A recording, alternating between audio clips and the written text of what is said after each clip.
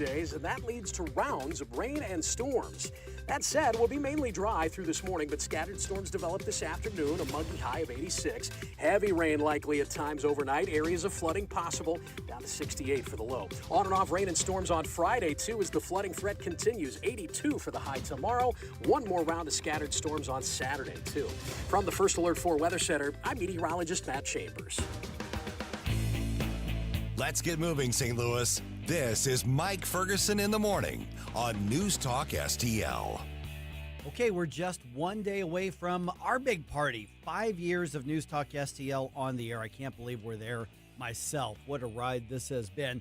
You know what? Maybe it's going to rain. Maybe it's not. We don't know. We'll see what's going to happen tomorrow night at the party. But guess what? We're going to be there. We're going to be under a pavilion. So I hope you plan on coming on out to join us in Cottleville. All the details are at newstalkstl.com. Special event happening tonight. This is with our friends at Reach Reproductive Health. They have a parenting university. And so when young people or even older people come in with a crisis pregnancy, obviously they meet the immediate needs, but then they offer these services to set the young women and oftentimes their partners, the young men, up for success, not just to save the life of their baby, but to build a family and a legacy. And they're going to have the first graduation ceremony and a celebration, really, tonight. And so on Wednesday's program, Levi Hart from Reach Reproductive Health joined us not just to preview what's going to happen, but also why it's so crucial for these young people and these young families to really kind of embrace them and help them and encourage them and support them as they start their lives together as families. And here's what he had to say and how you can be a part of it. Hey, it's graduation time. Woo! Okay, and you're saying, no, the kids' graduation, college graduations, that was weeks ago, Mike. No, it's graduation time for the adults who have chosen life. Oh, fantastic. And you can be a part of it. And it's happening this week. And it's all happening through our friends at Reach Reproductive Health. We're joined right now by Levi Hart from Reach. Levi, my friend, good to chat with you. And people think of Reach, and they rightfully think of the crisis pregnancy, meeting the immediate needs, the medical care, and the alternatives to abortion. But I think a lot of people, even though you've mentioned it on the air, and even though you've talked about it at the events that that you've had for Reach, I think a lot of people don't intuitively think of equipping the parents and helping to build a family, or equipping parents to build a family themselves. Because that's one of the arguments against the pro-life movement is people say, "Oh, you're just pro-birth, just outlaw, then you leave people to their own." No. You're following through exactly the way that people say never happens, but it happens all the time. And you've got the first group who has completed this program. You got to tell us about this. Yeah, thanks, Mike. Thanks for having me on, by the way. You're awesome. Always supportive of the pro-life cause, so we appreciate you. So three points here that I think are worth bringing up. One, in order to help a pregnant mom in crisis, or even her partner that feels like they're in crisis, one of the first things you have to do is help get them out of that crisis. It's not a matter of bringing them in and then hey, we're going to convince you of our political, moral, or religious views. Really, we address it by addressing the various crises that they are going through in that moment.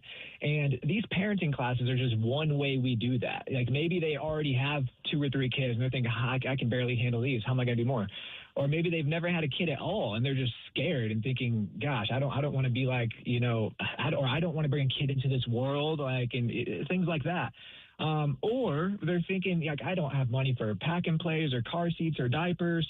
And the thing is, when they go to these classes, they're going to get wrapped around with emotional support, educational support. The parenting classes are really like adulting 101 on some level. Because they're going to cover everything from budgeting to breastfeeding. Mm-hmm. And when they go, they earn points that allow them to go to our resource shop. And they shouldn't have to pay for a single diaper for the whole first year of that child's life. So that's point one, as far as okay, get them out of the crisis. But then, it argues the point also of, this isn't just get them in and convince them to have a baby and then they're out on their own. by any stretch at all. But then thirdly, beyond all of that, whenever they go through this, they're getting all these resources as a parent to where they're actually going to end up leaving Reach on the other side of this graduation better off than they were prior to entering into what felt like a crisis. We're visiting with Levi Hart from Reach Reproductive Health, and I think that's fascinating how you just say they're going to end up leaving Reach. And that's kind of the point, because you want them self-sustaining and out on their own. And a lot of times people with the best of intentions equate, I give somebody stuff, or I give somebody money, or I provide this immediate need. I've done my part, without the idea of that sustainability. And you can set somebody up for failure and have this well-intentioned cruelty to people, even though that's not what you want. But you've got this long program. What is it that's going to be celebrated Thursday at this graduation? Because you're inviting everybody to come out and support these folks, and then we'll get into why that matters too. But what is it that, to walk across the stage and to give a testimony and be a part of this, what is it that these folks have actually done, with the first thing being they chose life? Yeah. So they've gone through 42 weeks of parenting classes. So I don't know about you, Mike, but I mean, I did not go through nearly a year of parenting classes before I became a parent. And I helped. In the past, I've helped teach them before. And I'm telling you, I mean, it would have been really helpful. So they've devoted themselves to coming out to these classes weekly. And a lot of them are their partners as well. So among the graduates this year, you're going to see some of the fathers up on the stage too. And we're inviting everyone to come out, because we're actually having the event at the Chaminade Preparatory School. In their theater there, it's beautiful. So, I mean, for some of these people, it might be one of the first things they've graduated before. And they're going to be walking across this stage ready to step on out and be productive members of our society, which starts in the home, right? And now we have a chance to come and celebrate them. So to all the listeners out there, this is a free event this Thursday, 6 p.m. at Chaminade. You can go to outreachforlife.org, and you'll find under events a place to register your spot there. Okay, so most people watching us or listening right now, Levi, they're saying, well, I don't know anybody there. I mean, I'm sure they want their friends and their family there. It's not going to matter to them if I'm there. I mean, either what's in it for them, for complete strangers to be there, and what's in it for us to watch complete strangers celebrate this achievement? That's a valid question, Mike. Yeah, so for one, there's 12 graduates. It's not like a high school graduation or a college graduation where you have, hundreds of people graduating. So the room is full. So they probably have of friends and family there, 50 to 100 people. But imagine the support of hundreds more people coming and cheering them on and clapping for them and excited for them and showing like, wow, there's a lot of people for me here. This is amazing. So one, just the support of that in and of itself will go light years. You think of, this will be a moment they will never forget. I mean, it's cap and gown and everything. But then for those who are there, it's a chance to see, we hear a lot of bad things in the news constantly about abortion. I mean, we just heard the thing in Missouri about, what's going on with the abortion pill now. And now it's like, no holds bars and everything. And there's all this, but it's like, hey, look at the work that's happening here. You'll get a chance to see some parents that chose life for their babies, though they're in a crisis situation. And in part because of supporters like the people listening right now, who have stepped forward, and that can start on Thursday. It's not just money.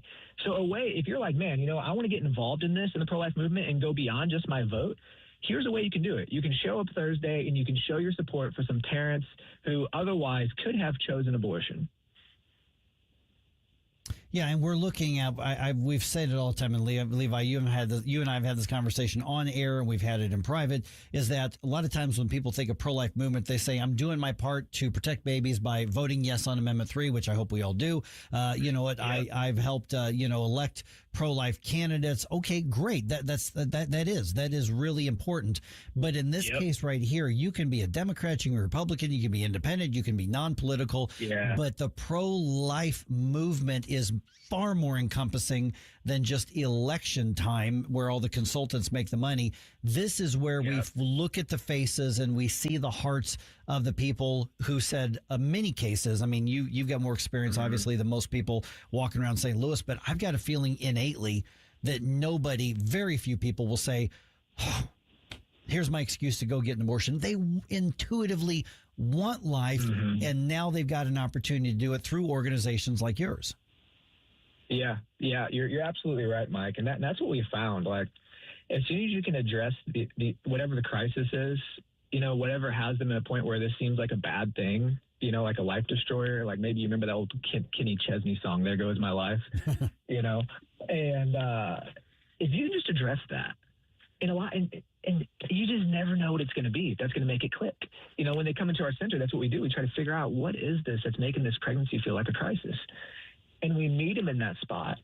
And it is, it takes a village. It doesn't just take, a nonprofit organization is not just the people that it hires that are working and doing this thing. A nonprofit organization truly is, owned by the people in a sense, because it's not owned by the board or by the CEO or anything like that. It is, the people coming and making this happen. And this graduation is one great way to do that, to come, to witness, to celebrate, and to take it back into your everyday life, because you're right. The voting is incredibly important. We need everyone to get out and vote yes for Amendment 3 this year. But then beyond that, you think of, before slavery was abolished, or even after it was, the Underground Railroad, you had people that were involved in everyday life in making this happen. It had to go beyond the vote. Or you look at World War II, before our troops went in there and liberated the concentration camps, what was happening there? You had people hiding Jews. It was their everyday life in which they were playing a role in what was the major crisis of their day. And abortion is the major crisis of our day. Levi, there's probably, and I've just got a minute or so left here, Levi, but there's probably somebody out there watching or listening right now who says, I know a young woman who's in a crisis situation. She doesn't know what to do. Would this be a good thing for her to come see? Oh, absolutely. Oh, definitely. Yeah, invite anybody to this. This is a huge celebratory moment. This isn't something you can invite. This is something to invite your Democrat friends to. They may have different viewpoints on this, like anybody, because they're going to come and really they're just going to be celebrated. And these are going to be people who just share their stories. So it's not going to be, you're going to come and it's going to be a big red wave or something like that. It can be a good place for everybody to come, and especially for someone who's in the situation, because they're going to see somebody who has made a brave decision, who's out on the other side. Yeah, this isn't going to be a political thing. This is truly just a full-on life-affirming thing. It doesn't matter what your political views are, I would think. Yeah. Oh, absolutely. Yeah. It's come in and see what the Lord's done in these people's lives. It's a time to celebrate life, and not just the life of the baby, but the life of the parents and what is happening in their life as they've been empowered. All right, let's give out that website information again, Levi, so people can check that out, because your natural reaction is a lot of people are going to go, oh, good for them, but that doesn't have anything to do with me. But yeah, they may find something, they take away something out of this unexpectedly. Yes, that's good. So outreachforlife.org. And once again, that website is outreachforlife.org. And if you can't make it tonight, I hope you can, but if you can't, you can also support the work that Reach does through that website as well. All right, Flashback Friday is tomorrow. Jerome's picked the theme. Makes a lot of sense. What are the songs that make you feel good about America? Here we are coming up on the 250th birthday of our country. So send some songs in to him that sort of, just kind of reinforce that. Feel-good songs, patriotic songs, or just songs that just kind of grab the essence of the good old U.S. of A. Send that to Jerome at NewsTalkSTL.com or send us a note on social media. This is 101.9 and 94.1 News Talk STL. If you have a phone, you have a radio. Yes, I listen on my phone. Download the all-new News Talk STL app. Love the all-new News Talk STL app. It is awesome. And listen anytime, Love the News Talk STL app. anywhere. Bill, that's a big smile for an old politician. I'm thinking about our plan. It's slick enough to make a lobbyist blush. First, we hoodwink voters with Amendment 5. Tell them it's a tax cut. Once they're hooked, we decide who pays the higher taxes. So it's not a tax cut plan, and we don't get a say? Right, just swaps who pays the tax, but it does remove 3 voter-passed taxpayer constitutional protections. That lets us levy new taxes on services, increase sales taxes, and even tax home sales. And voters will no longer get to vote on tax hikes. Higher sales taxes on groceries, gas, service taxes on doctor visits, childcare, and even rent on apartments. Jeez. Taxes could exceed 20%. Sure, they figure that up to 80% of taxpayers will pay more taxes. Many, hundreds more. Seniors, they'll get hit even harder. But our big donors will cut a fat hog. The ones getting butchered by Amendment 5 are most taxpayers. I'm voting no on 5. Paid for by Missourians for fair taxation. It's a brand new show on News Talk STL. JC's Sunday Showgram. Why did the Today Show's Brian Gumbel get yanked off a St. Louis golf course this week in 1985? Then it's back to Collinsville and the ketchup bottle in 2000 when native Michael Stipe of REM got a little mixed up. Also, we fly over Busch Stadium with a banner that says, JC says the Mets are pound scum this week in 1987. All brought to you by the Weber Automotive Group. Sunday morning, 7 to 9. Then podcast each Monday on NewsTalkSTL.com.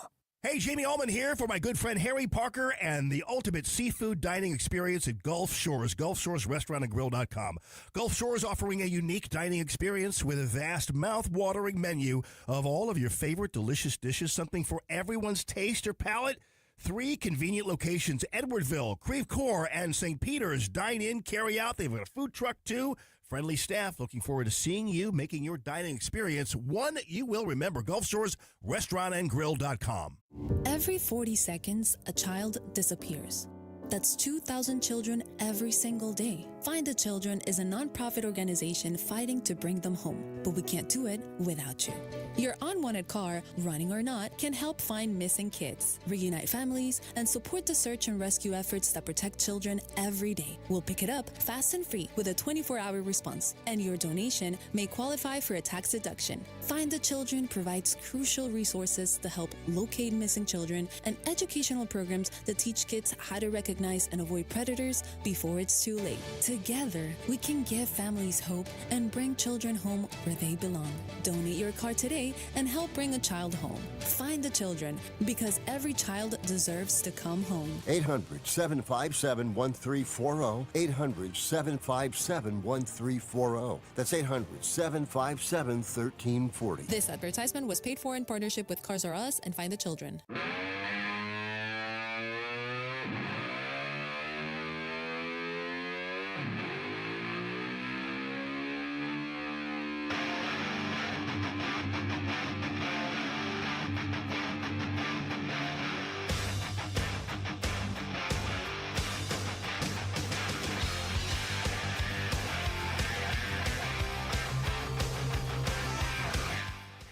Get up, St. Louis. It's Mike Ferguson in the morning. I finally watched some of that video of the whole shouting match that happened at the St. Louis County Council meeting the other day. Ooh. Yeah. Okay, so I've got thoughts.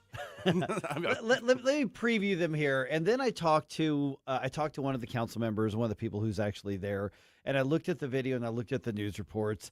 I'm not going to say that the whole thing was staged by Sam Page, but I think he ginned up a conflict that did not need to be there. I think he created chaos where none existed. Oh, come on. That's what it looks like to me. That's what it looks like to me, because the reality is that the funding for the nurses for the duties of the healthcare and the jail, that was never in question. The process was in place and it was taking longer than they thought, but it sure looked like Sam Page put on a show and coordinated a show more than anything else. That's what this looks like, because you got these people who were reading off these talking points like people are going to die and they're going to lose their health care because this is a dereliction of your duty. You're responsible for this kind of stuff. But no one was arguing against that. Nobody was arguing against funding when there are legal duties for nurses and medical professionals in jails and things like that. I mean, there's like 1,200 people who are at any given time held in jail in St. Louis County alone, between the juvenile detention center and the adult one as well. So I'm just kind of looking at all this, and after 30 years of experience in communications and media and things like that, and in policy, Sam Page was putting on a show. For some reason, Sam Page doesn't realize he's already yesterday's news, and he doesn't want to let go. That would explain why he would take a fight, maybe. Yeah, it was completely needless. And when I watched the video, Rita Her Days was taking charge because she's the chair of the county council. Sam Page was trying to assert that he's in charge. Not at the county council meetings, he's not. No. He's a guest at those meetings. He's allowed to be there, but it's not like he's the mayor at the city government meeting where the mayor is the executive. Well, he is the executive of the county, but this is the county council meeting. And he basically tried to take over, and Rita Her Days was like, I don't think so. There seems to be a consistent pattern of him just not respecting the hierarchy of how things are supposed to be. I mean, between just thinking he can do whatever he wants, regardless of what the charter says, to now all of a sudden he doesn't respect the position of the chair. Well, here's what's funny is because at one point he goes, the charter allows me to speak on these things. I'm like, oh, now you give a crap what the charter says? You're literally dealing with a criminal trial for violating the charter. You know, in multiple different ways. You've got another investigation, ethics debate. So now you care what the charter says. Now it really matters. Hey, Sam Page, and I say this with all due respect, shut the F up because you don't deserve any respect. You have to conduct yourself in a dignified way if you want people to respect you and take you more seriously, and then give you maybe a little bit more leniency or privileges when it comes to stuff like that. It's just stupid. So we'll go into more depth on that just a little bit later. And I've got some of the audio from the actual meeting that happened. Oh, I'm excited. As well. Yeah, exactly. Okay, so I know we got some rain in the forecast. Don't care. We're going to party anyway. Woo! Yeah. So, tomorrow in Cottleville at Frankie Martin's Garden. Now, listen, the entire Frankie Martin's Garden, this is not we are at the event. This is not, we're not doing a complete takeover unless enough of y'all show up. We're going to be under the main pavilion. So we're going to have a roof over our head. So if it rains, it rains. I don't care. We're going to be out there. We're going to have a good time. Frankie Martin's Gardens. We're going to talk to some of their folks later on today. They're going to have food trucks. I think there's a bar up there. So if you want to go get yourself some food and drinks, I'm going to do that. And so we're going to have a good time. Retro Nerds are going to be playing. If you've never seen them, it is so much fun. So much fun. Have you ever seen them perform yet? Yes. Okay. Fantastic. So much fun. You're going to be just having a great time. And what a perfect band to have at our celebration because they were at our first birthday party. And we had a great time then. We're going to have a great time tomorrow. If it rains, it rains, whatever. But then again, we've had forecasts that have not panned out quite a bit lately. So we're going to be there. We're not calling this thing off. So I hope y'all come on out, say hi. Hopefully I'll scout out which food trucks are the ones to check out and grab because I'm bringing some money and I'm going to be doing the food truck thing. And so we're going to have a great time out there. So come on out. Details are at NewsTalkSTL.com.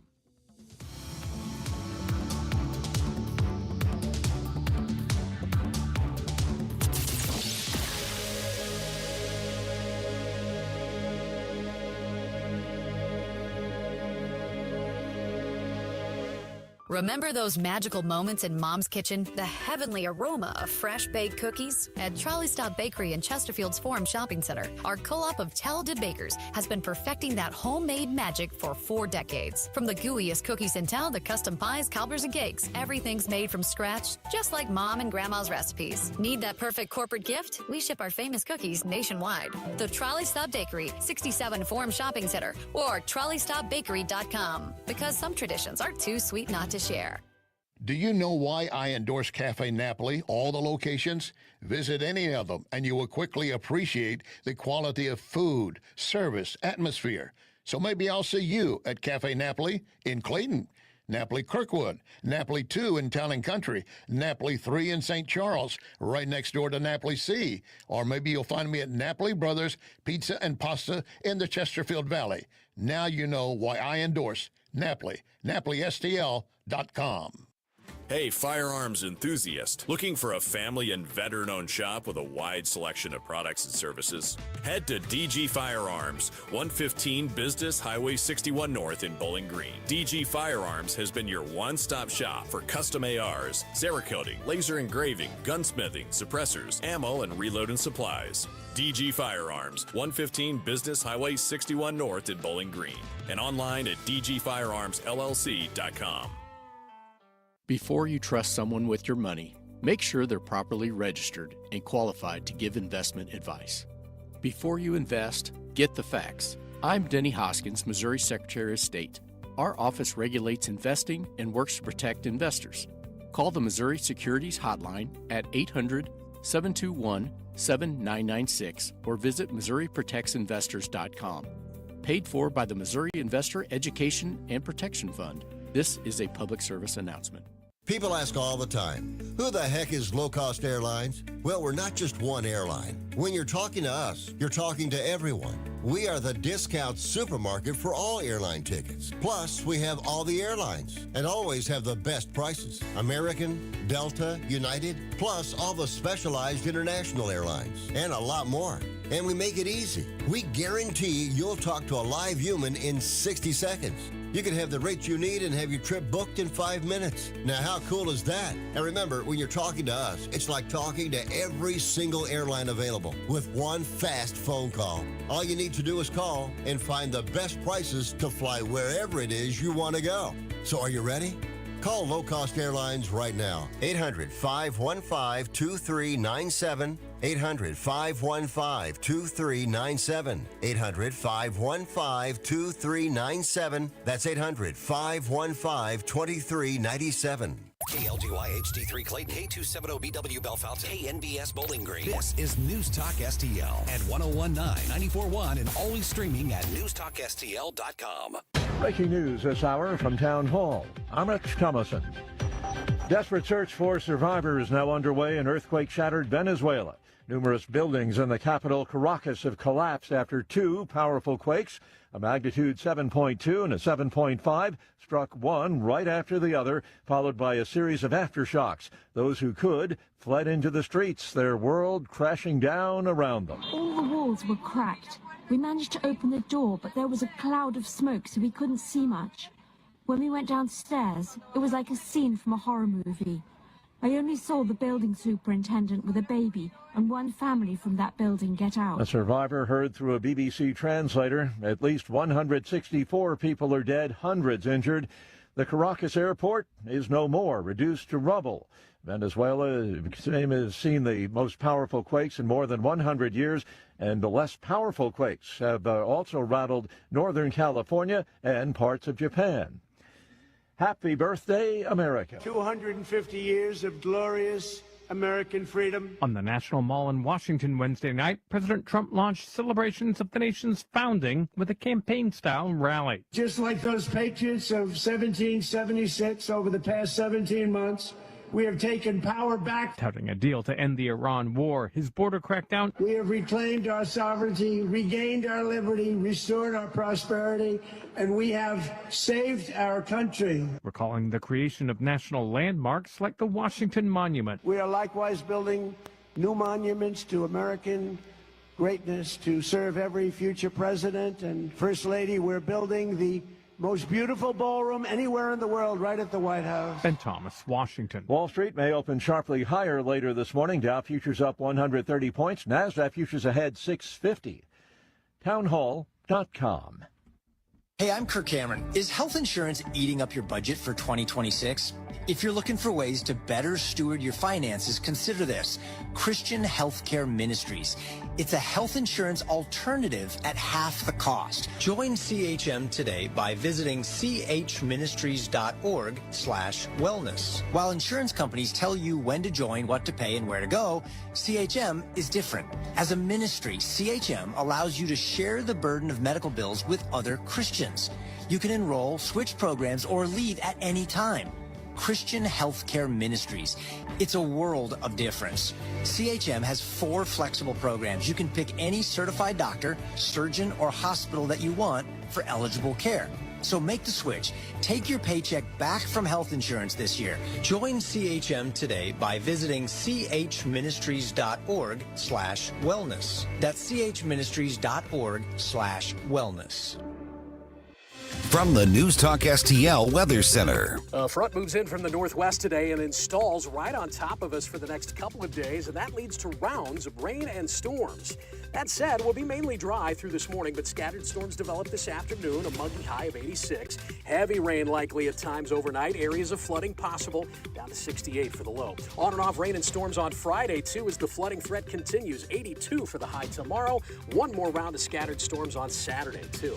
From the First Alert 4 Weather Center, I'm meteorologist Matt Chambers. This hour of News Talk STL brought to you by Chris Cooper and Serenity Wealth Management. Business owners, download your free playbook for financial clarity at SerenityWealthBiz.com. That's SerenityWealthBiz.com. You feel it every time you check out. Prices up, paychecks stretched, families squeezed. That's why Ann Wagner's fighting to get government off your back and out of your way. Wagner passed the largest tax cut in American history, expanded child tax credits, ended taxes on tips, overtime, and Social Security.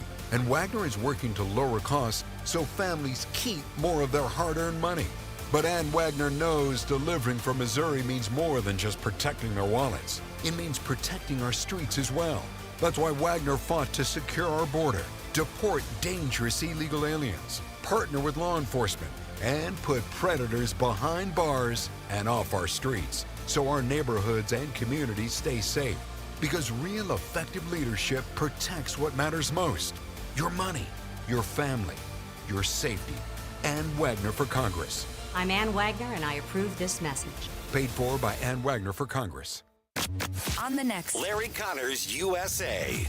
The story behind the story. This month, 1950, we entered a police action. My dad says it was a war. Larry Connors USA. Now, weeknights 6 until 8 on News Talk STL. Mike Ferguson.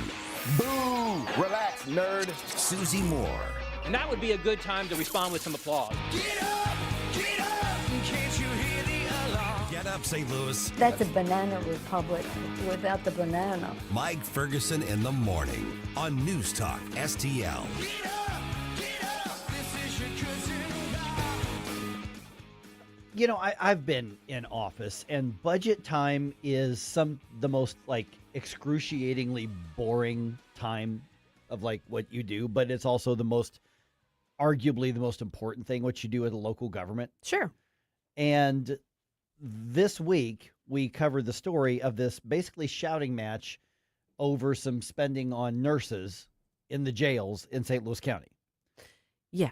And not even so much about the idea of it, but about the process of it. Right. And so I talked to one of the council members yesterday. I watched the video of the debacle. Okay. And I've got thoughts. Was it spicy? It really was. Oh, I've got some receipts here Okay, for it. Yeah. good, good. No, it really was. So the St. Louis Council, they finished the process and they approved the spending for the nurses in the jails. Now, it turns out there was actually just a little bit more than what they thought they were going to. They were going to do like $2.89 million. It turned out to be basically a flat $3 million. So a little bit more. You've got almost 24 contract nurses. Mm-hmm. And then you've obviously got the other related supplies and medical stuff that goes on. This is not really a controversial thing. No. I mean, it's a service you have to provide, Right. and you want it to be adequate. You want it to be, if people are Right. rendering medical care of some sort, they need to be, properly trained and know what they're doing. And Right. Yeah, you provide need adequate care. professionals. Yeah. Yeah, because you're also in a higher risk environment. So there was never a question that really this was going to be funded or not. I talked to Mark Harder yesterday, Mhm. just here in the studio. And, he was like, no, of course this was going to be funded. But we had questions on how and where the money was going to go. It was a process thing. We meet with all the department heads, Right. and it's just the way it goes. So Sam Page decides to try to take over the council meeting. We talked about this a lot yesterday. So I decided, I'm like, you know what? I wasn't at the meeting, but I'm going to go just watch it. And I watched a lot of the video. I didn't watch the entire meeting, but I watched enough. I watched the spicy part where they ended Mhm. up, throwing most everybody out of there, clearing the room. That was an audience that looked ginned up.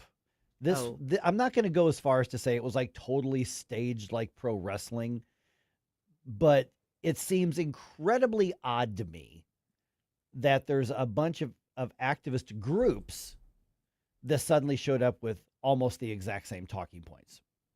So, and they matched Sam Page's foot stomping and attempted virtue signaling. I think that he or his supporters went and got them ginned up and saying, we got to come and make a scene here. We got to come embarrass the council. Yeah, well, I don't think it. Obviously, people were there with that, that item point, like in their minds, like to address it. This wasn't an organic situation where there's people just there in attendance just to watch the meeting and happen to get motivated because of what's being. No, I agree with you that. I mean, this was an organized. Protest isn't the right word necessarily. No. Because I think it's good that we in this country get to have a say on these things. Absolutely. And you can network and say, hey, they're going to do this. Come on, show up. Now, basically, leftists, kind of do that more in St. Louis County than anybody on the conservative side does. Okay, bully for them. I mean, that's fine. That's what the time's for. The council should hear from people. But I also think we can look and go, you know what? That wasn't just concerned citizens showing up. Those are activist groups and that sort of thing. Not that they don't have a right to speak, but this just looked like there was more coordination. And then Sam Page attempting basically to take over, saying, I'm the executive here, except it's not his meeting. He's a guest at the meeting. So here's part of what happened. This is like when it was kind of starting up and heating up. Saying, I'm the executive here. Uh-oh. It sounds like my Rumble is because I'm monitoring Rumble. Yep, there it is. I got it. For some reason, it turns itself on. It turns the sound on there. So yeah. All right. Well, it's the AI overlords. It did. I have a story about that, by the way. Okay. Here's part of where Rita Hurd Days, the chair of the county council, and Sam Page get into it, and he is so freaking arrogant. Let me just say this. There's. Let me go back here. That's correct. Here we go. Let me just say this. Let me just say this. If you would let cut her his speak. mic off, please, because at this particular time, I said no, you cannot speak. The charter This allows is- me to speak on topics, Madam Chair. Okay, so now Sam Page cares what the charter says. Oh, that's the most animated I've ever heard him. Yeah. I love it. And his body language was so arrogant. I mean, he's like, I'm going to laugh down at you. I'm like, no, dude, you're irrelevant here. Right. And the funny part is the charter allows me. Wait a minute. Now you care what the charter says? No, Sam? exactly. Really? Now that's all righty. You've been wantonly violating the charter for years to the point where we've literally passed charter amendments that essentially say, no, Sam, we mean it. Mm-hmm. It's here, but we mean it. It applies to you. You're dealing with a massive ethics investigation for violating the charter knowingly, and the documentation is there. And you're dealing with a criminal trial for violating state law and the charter. So now you care what the charter says. Isn't that interesting? Shut up. Oh, my goodness. Here's a little more of the whole spiel. I get to speak. This is not your Madam Chair, can we please have the county executive removed from the No, meeting? you have to have your security argue with mine. Come on. Yeah. So that's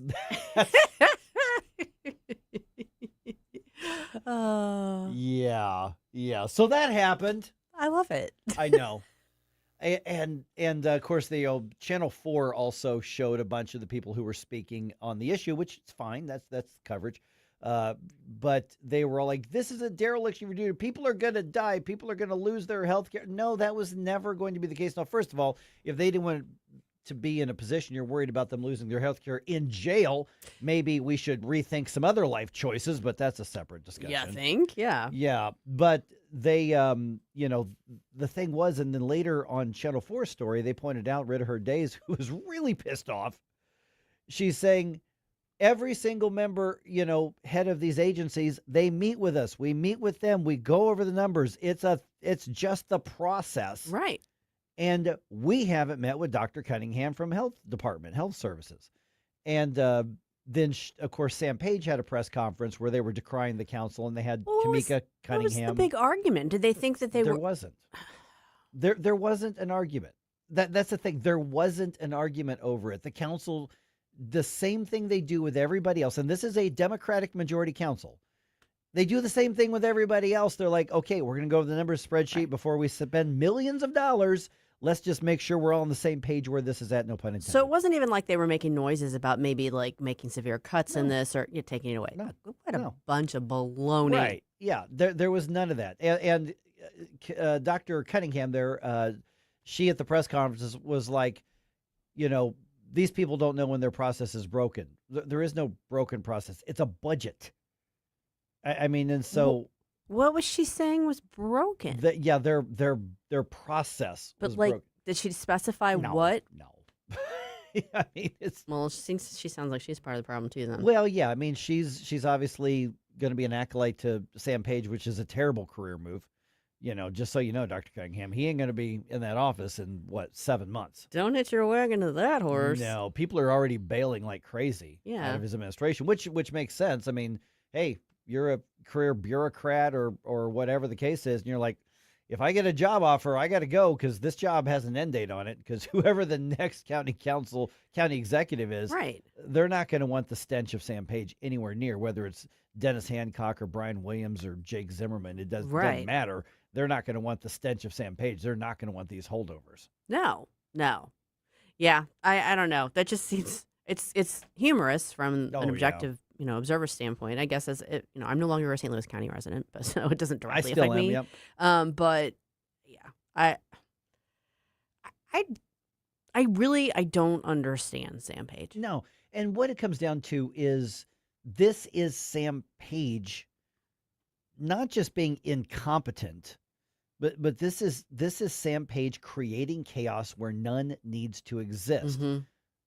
There wasn't a controversy over funding the nurses. Right. It didn't exist.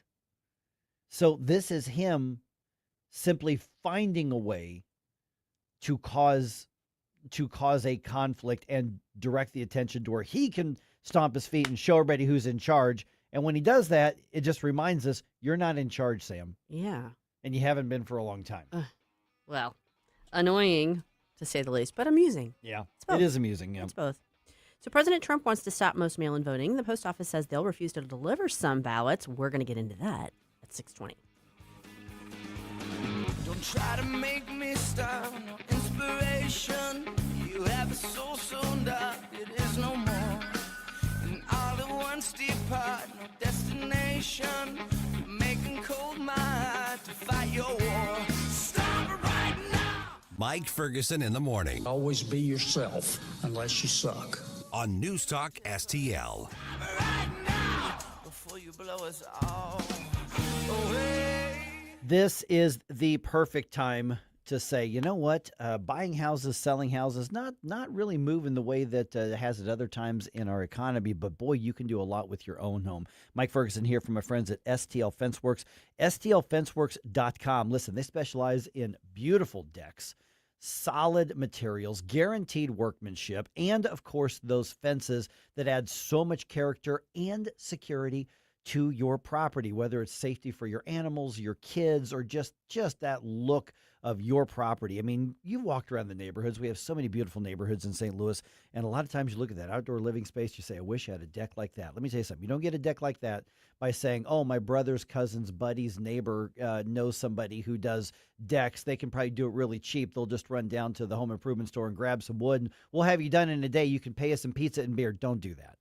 Go to STL Fenceworks. It's going to be affordable. Matter of fact, click on the estimate button at STLFenceworks.com, and you can get a preview of what your fencing is going to look like around your home and what the ballpark's going to be. But American-made materials, American crews, and that is guaranteed work. There's a difference. Find out why. STLFenceworks.com. 1 in 4 women will have an abortion before the age of 45 in this country. That's the tragedy we must work to stop. Mike Ferguson from The Morning Show here, and that is why Reach Reproductive Health is here, to empower parents to save the lives of innocent children and to see these families come to Christ. And you can be a part of saving and changing lives. So pray and visit outreachforlife.org to learn more, volunteer, and donate. That's outreachforlife.org. Hey, Chris Cooper here, your financial friend with Serenity Wealth Management. Tune in this Sunday. We've got special guest Danny Liston joining us in the studio for the Serenity Wealth Now show. Danny Liston with Mama's Pride, musician, local to St. Louis, and we're going to learn about the business that takes place behind rock and roll. Tune in this Sunday, Serenity Wealth Now social media outlets, or right here on News Talk STL. We'll see you then. Serenity Wealth Now with Chris Cooper, Sunday mornings at 9 on News Talk STL. Investment advice offered through Fortis Capital Advisors, LLC. Tired of settling for generic fishing gear? Say hello to Bullseye Bait and Tackle, O'Fallon's one-stop shop for serious anglers. Live bait, premium tackle, rods, reels, and an unbeatable selection of lures from top brands like Megabass, Zoom, and Berkley. Whether you're after bass, catfish, crappie, or bluegill, they've got the gear to help you land the big one. Plus, their expert team, led by Mark and Liz, provides rod and reel repair services. Bullseye Bait and Tackle, 266 Fort Zumwalt Square, or at bullseyebaitandtackle.net. This hour of Mike Ferguson in the Morning is brought to you by Stifel. Request a portfolio review from your Stifel financial advisor at stifel.com. That's STIFEL.com.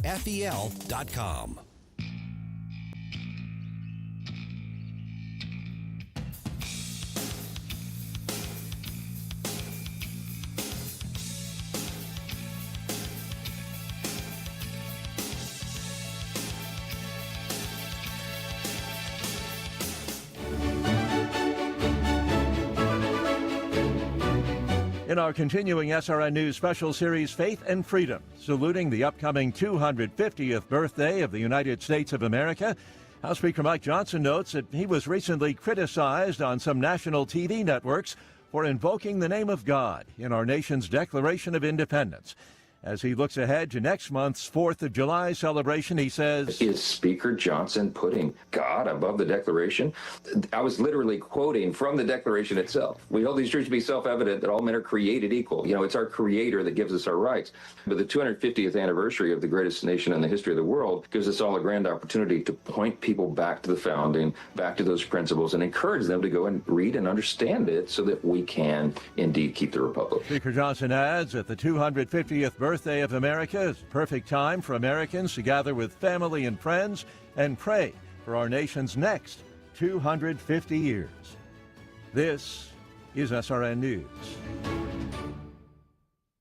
All right, do the ends justify the means? Post office says it's not going to deliver some mail-in ballots, at least as things stand now. I want to get into that. I think this is an interesting, I understand the tactic being used, but I think there's a bigger picture question that I think we should be asking on this as well. 6:20 right now. All right, wrapping up our conversation with on the Sam Page thing. Yeah, our friend Scott's just got a quick question. Yeah, Scott, you're on the air. What do you think?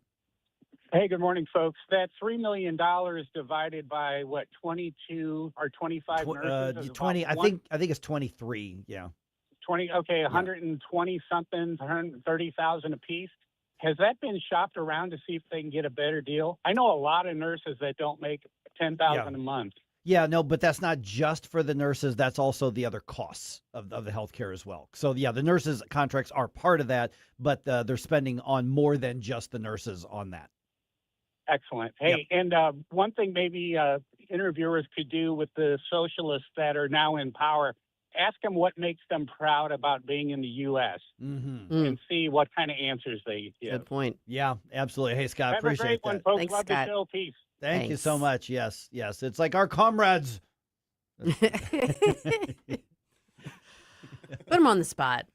Ask those questions. That's right. I like it. You know, there's somebody out there. Like, the thing I love most about America is I love hating America inside America. That's it.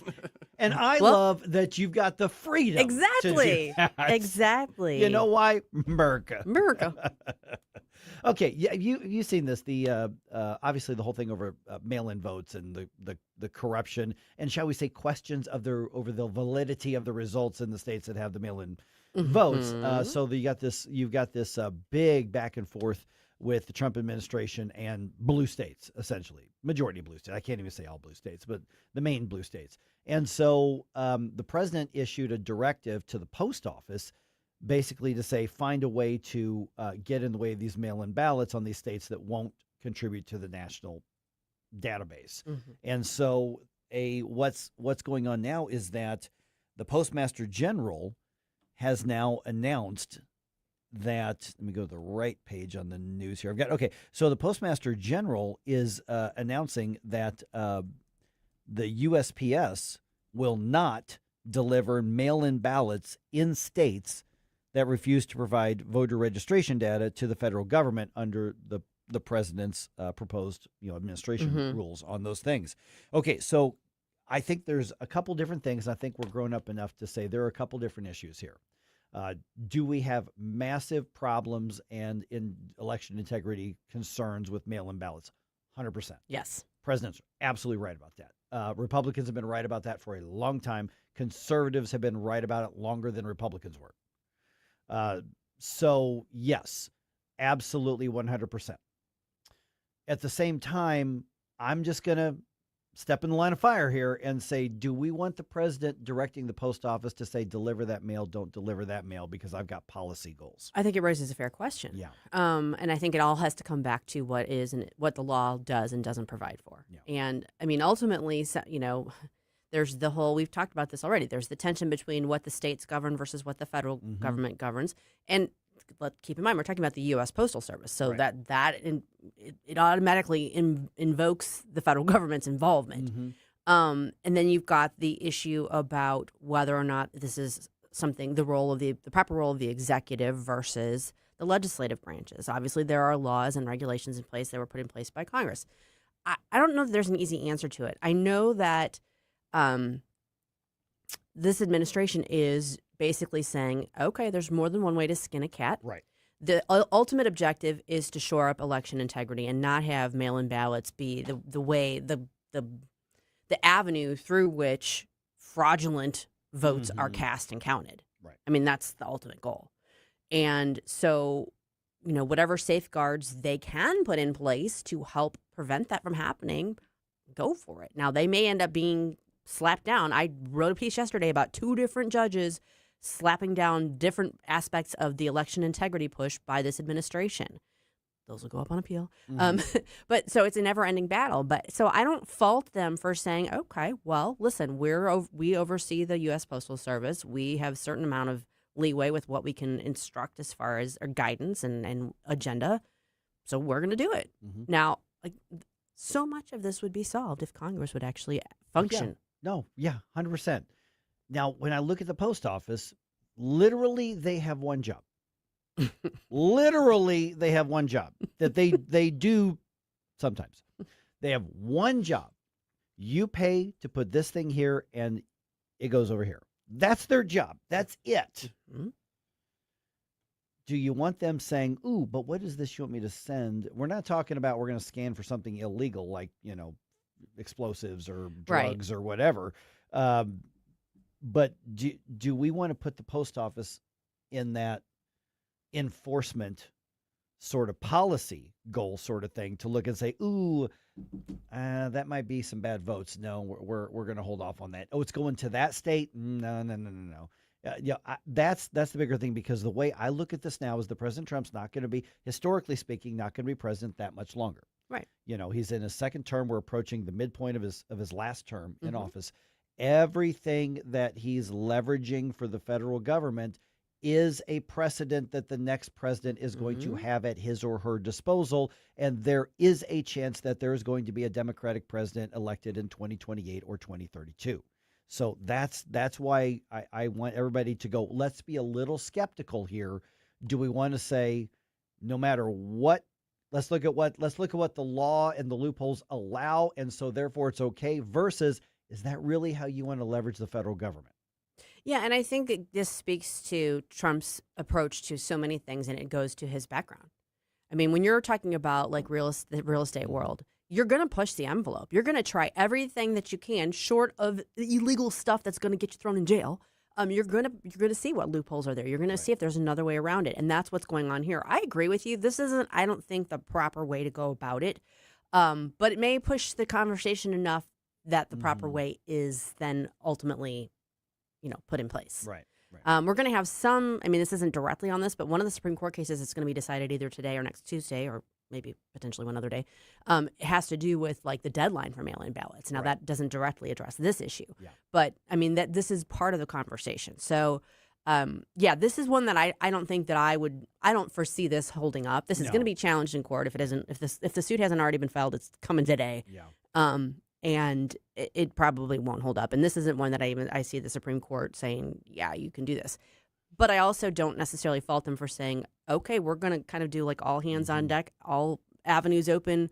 We'll see what we can do. And if we're told that we can't, then we don't. So here's the thing that I would also challenge everybody is when the next Democratic president takes a similar approach, are we going to in turn respond and go, well, it's just what the law allows? I mean, I don't blame Absolutely them. not. Yeah, I mean, are we going to We're have going to pull our hair out and scream about it. Right. This is the way it works. But all of it comes back to the fact that we have given way too much power to the executive and the Congress has completely abdicated its role because it's too busy doing its sound bites and its viral media moments and its little back and forth stuff instead of functioning like an actual legislative body. Yeah. Yeah. The root of the problem here is 100% blue states want to cheat. Yeah. I mean, that's the root of the problem. Yeah. So I get this. I just sometimes look at the question, do the ends always justify the means? And I don't think they do, not even so much because I want to be holier than thou and super ethical, even at the expense of doing the right thing or not. I'm looking at what kind of weaponry are you... Right. What are you teeing up for the next guy? Proverbial weaponry that you're handing to the next president. Right. No, that's absolutely a fair way to look at it, I think. That's my concern. Dave's got some concerns about this as well. All right, Dave, what do you think? Dave, you're on News Talk STL. Well, first of all, happy belated Father's Day, Mike. Thank you very much. I appreciate that. Thank you. You're welcome. Hey, you guys bring up a great point, but let's flip the script. Let's put the Republicans in charge, or the Democrats in charge, and the Republicans on the mail-in ballots. Mm-hmm. Now, if they were to ask the Republicans/conservatives, hey, turn over your rolls, we want to check them. Well, first of all, if the Republicans, they're going to use mail-in ballots, they're going to make sure they're legal and proper and done right. And second of all, if they are going to use them again, they're going to turn them over. So I see the road you're going down, and I don't totally disagree with you, but we all know that they're cheating, and that's why they're saying no. Oh, no, yeah, 100%. I agree with that. Yeah, I'm more worried about, do we want to sort of policy weaponize branches of the government that can barely do their one job in the first place, which is the post office? Well, Mike, maybe but what are you saying, that they're going to be in charge of stopping these ballots, making sure they don't get delivered? That's exactly what the president's ordered. That's exactly what the Postmaster General said. He said, in these states, if they don't cooperate with the president, we will not deliver these ballots. We will hold them. We will freeze them. Well, that's not hard. They can't get the mail delivered anyway, so that's right up their alley. Just keep doing what you're doing, guys. Why didn't you deliver that, Postmaster General? Well, it's Wednesday. What do you think? No, you guys bring a great point up. I personally, I think if they are, to me, it's like them delivering drugs. Okay, I know it's comparing apples and oranges. Mm-hmm. It's like them delivering drugs. If they're delivering illegal ballots, which are cheating, to me, it's breaking the law. You're committing a crime, which you should be subject to. I would say maybe like Susie. Now, here's where you come in.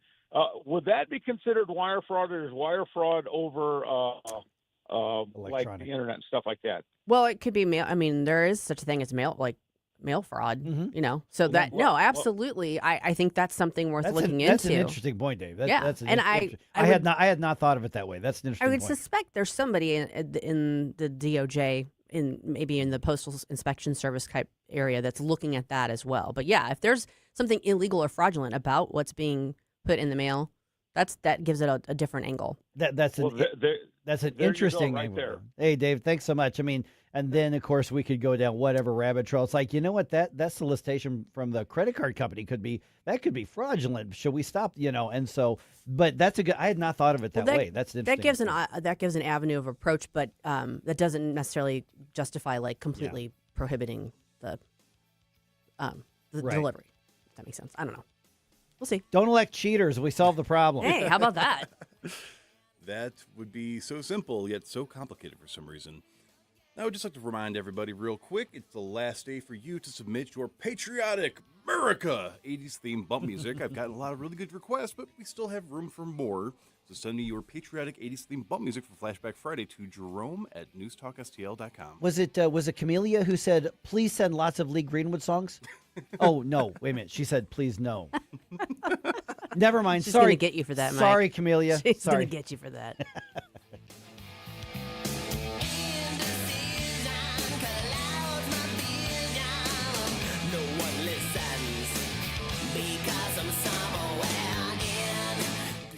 Mike Ferguson in the morning. Someone in that control room is out of control. On NewsTalk STL. From the NewsTalk STL Weather Center. A front moves in from the northwest today and installs right on top of us for the next couple of days, and that leads to rounds of rain and storms.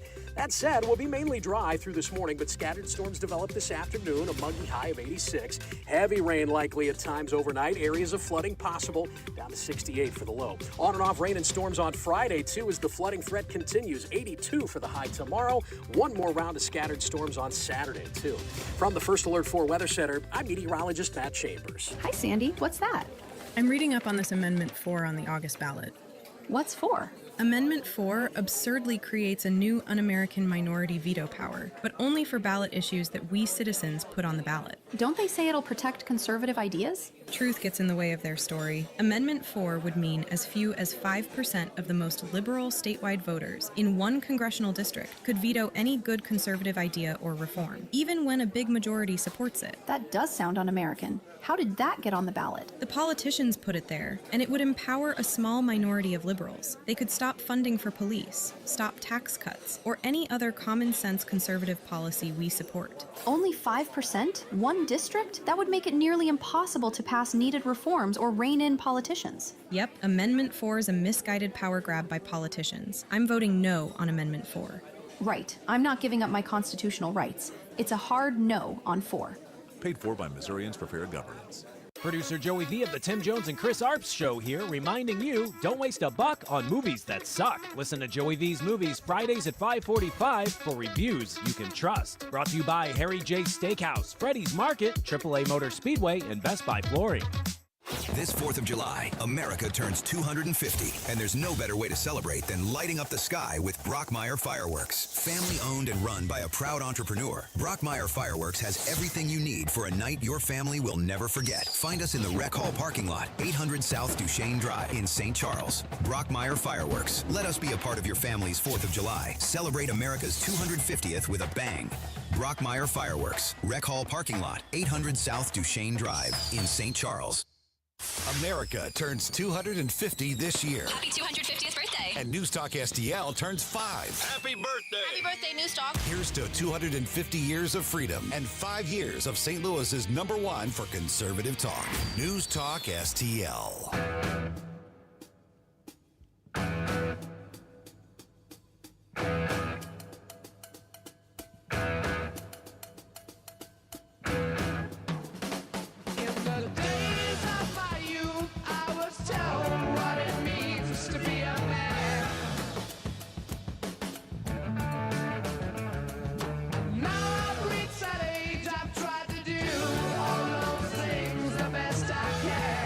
Hey, folks, it's Chris Salcedo, your liberty-loving Latino on Newsmax. Hey, everybody likes Mike. Mike Ferguson in the morning. Make sure you check it out. News Talk STL. There are a lot of layers to like drum and percussion going on there. Are you just like biased towards the percussion heavy stuff because you're a drummer? Yes, absolutely. Okay, fair enough. Legit. I'm not the biggest Zeppelin fan, but John Bonham's it's just fantastic. Oh, yeah. Yeah. That's legit. Yeah. All right. Yes, Missouri's government is going to dig into the rules about data centers. Okay. Not right away, though. Oh, okay. Yeah. So about an hour from now, we're going to talk to State Representative Tricia Byrnes. Mm-hmm. She was among those who signed on to the letter asking for a special session to deal with data center, rules and development and land use and utilities and all that kind of stuff. So Governor Keogh did not put out like an actual like press release statement, but his spokespeople, Gabby, did respond to the media saying the governor looks forward to working with the legislature to, go through these issues and comb through them basically in the next regular session. So he's not going to call a special session to deal with data centers. As much of a lightning rod issue as this is, and I know that I don't think Representative Byrnes is going to agree with me on this, but I think that's the prudent move by the governor. Now, the governor, I think his approach is going to be Mid-Missouri alone, that's about $25 billion in investment coming into the area. Right. You've got a $6 billion proposal in Festus, which the local community is very split on. Lincoln County, I don't know how many billions of dollars are involved in the proposal there. Warrenton has, one as well. On the Illinois side, you've got Troy, Illinois, Granite City, all these others. And so basically these data center projects are there for the picking with just about any area that is willing to put them in. And so basically Amazon, whoever else, Google, whoever else that's doing all these, they're basically saying, we really want to build these things and we're willing to spend a lot of money to do it. Mm-hmm. Okay. In almost any other era, the economic development people go, please come here, and they roll out the red carpet. Well, there's more to it than this. Right. There are legitimate questions, a lot of very legitimate questions that have to be answered. And this isn't a fad. This isn't a trend. No. This is the next era. And so the decisions being made right now are the decisions that are going to lay the groundwork for the next 25, 30, 50 years. Exactly. And so when the governor is saying, yes, let's talk about it, but let's talk about it when we have 5 months to do it, as opposed to calling a special session, trying to come up with something in a week or two. I think that's the smart move. Now, Governor Keogh is basically saying, bring on the data centers. He's saying, yes, local governments should have the say or not say, but he's absolutely saying, let's take the investment, let's take the jobs, let's do it. While he's not objected to local communities saying no, but he's not going to jump in and say, we're going to have a statewide set of rules right now.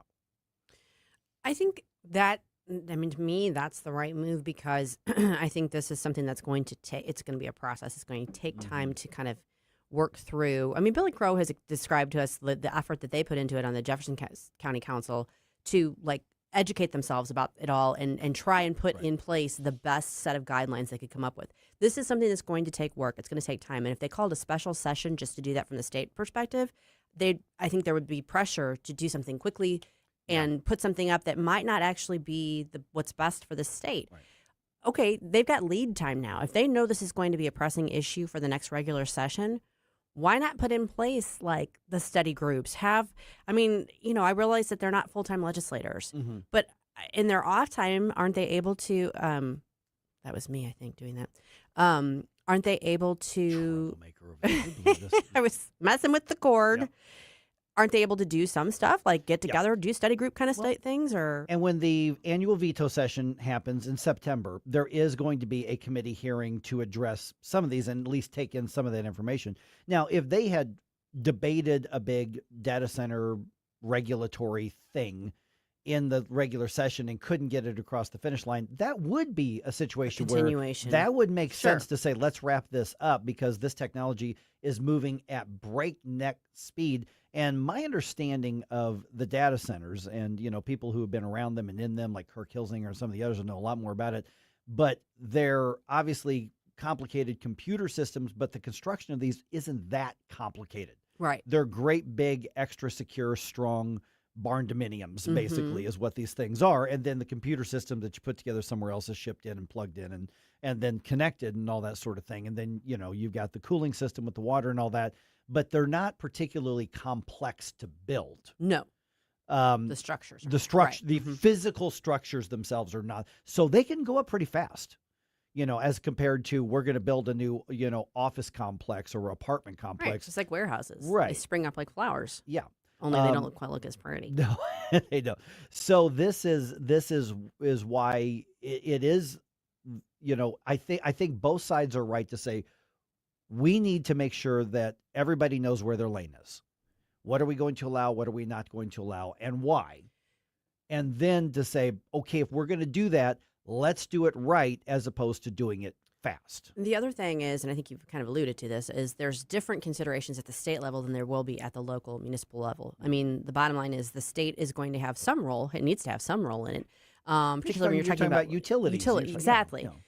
But you don't want it micromanaging the situation either. There just needs to kind of be like a broad framework, and obviously different areas of the state are going to have different needs, and So it needs to be something that's broad enough to accommodate the fact that you've got more rural settings and you've got, suburban settings and that sort of thing. Okay, so and this may offend some of my libertarian sensibilities on this, but when it comes to the government's role in consumer protection, for instance, does the state have a role? Like, would the legislature be in the proper place to say, utility companies or the local deals, you're not allowed to pass on the cost of any of this to residential or business ratepayers? I mean, to regulate how that goes, or is that a matter of let the local governments figure it out? If they want to do incentives and they want to work out a deal, let them do it.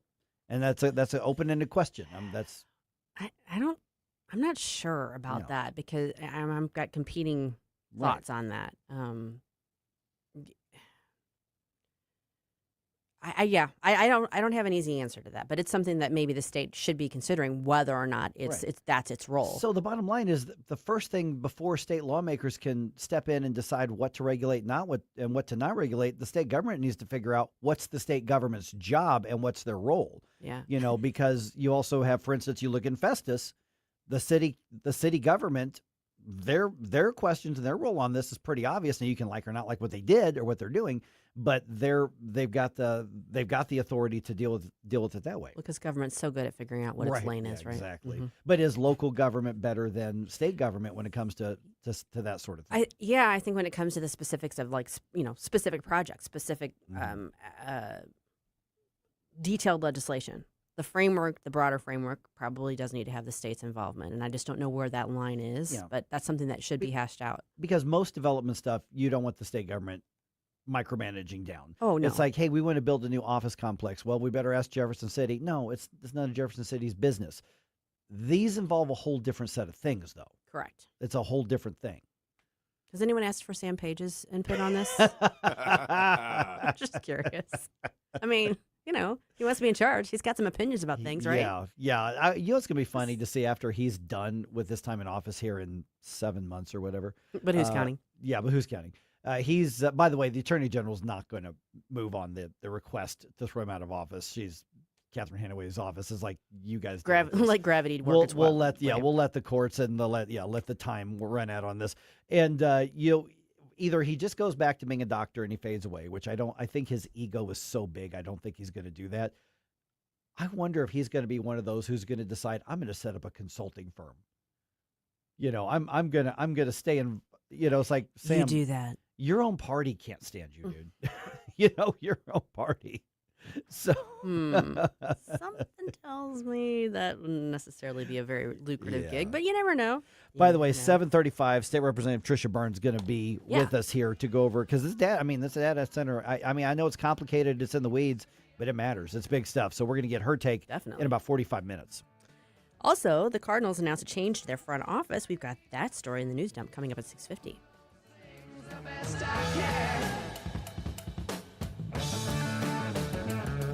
No matter how I try, find my way to the same old jam.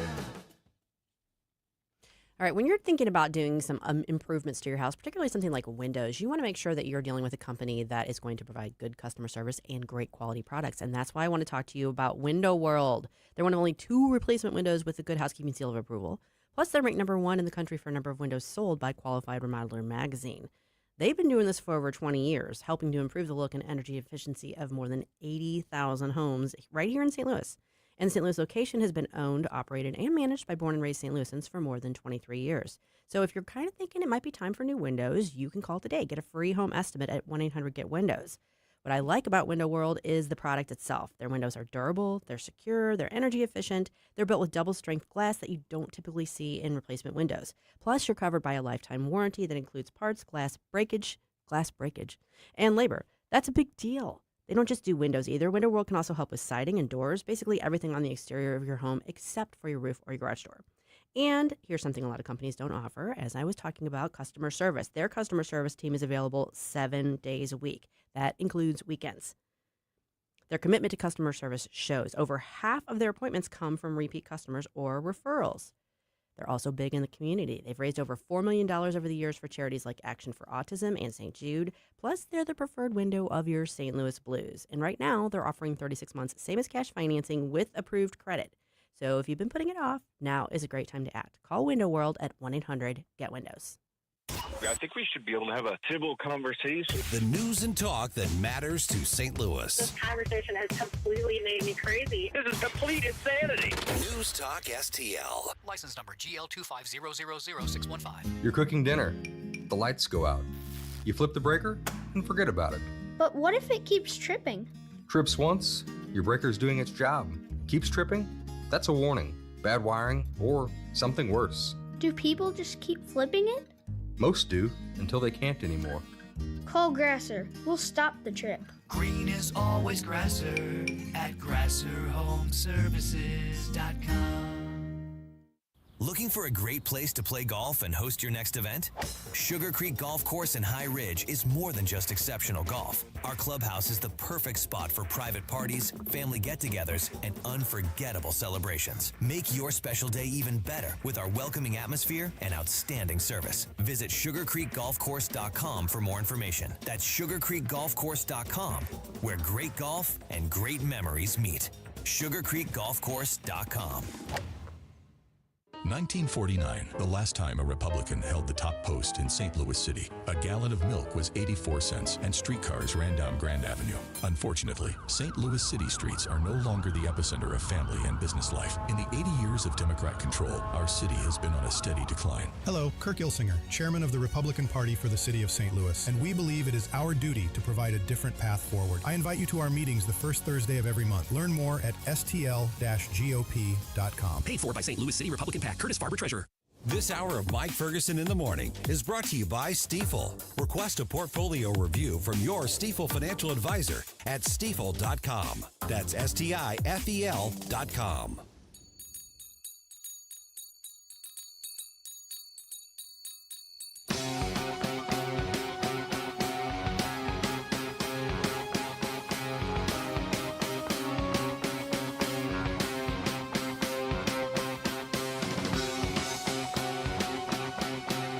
Hey guys, Billy Crow here from Jeffco Patriot Radio. Hope you had enough time to freshen up your coffee, because now we're back with Mike Ferguson in the morning.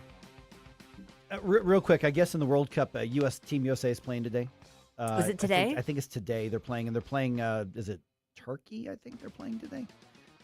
Like most Americans, I've not really followed along with it too much, but I think they're playing today. But apparently in the regional or whatever round it is, they've done so well that the U.S. is moving on to the single elimination part of it no matter what. They are going to the round of 32. Yes, which is what they call the knockout round. Mm-hmm. So regardless of what happens with their next game, they've already qualified for that. Yes, they're playing Turkey. It is Turkey. At 9 p.m. Okay, so they're doing that today.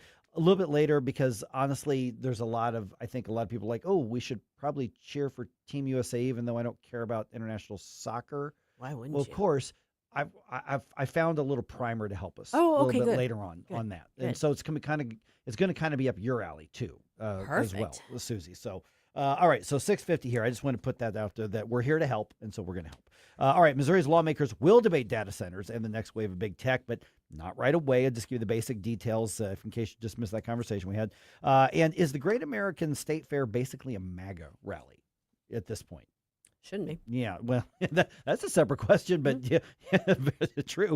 And the Cardinals hope to split their series with the Diamondbacks. All right, 6:51. Let's go ahead and do a news dump here. The Morning News Dump, brought to you by Whistle Pig Outdoors. Successful dump. Wake up, America. It all worked out. They get all the news. The morning news dump. All right, it looks like there will not be a special session to address big tech in Missouri. Governor Mike Kehoe says the legislature should take up the debate over data centers in 2027. Now, that's responding to a request for a special session. The governor's office says he's looking forward to addressing debates over regulation and development in the regular session, which begins in January. Among those who signed on to the letter calling for a special session was State Representative Tricia Byrnes. She's going to be on this program at 7:35. Okay, the St. Louis County Council approves funding for nurses and some limited primary health care services in the jail and the juvenile detention centers. Corey Stark from Channel 4 has the details. This has been an explosive standoff between the county executive and council members.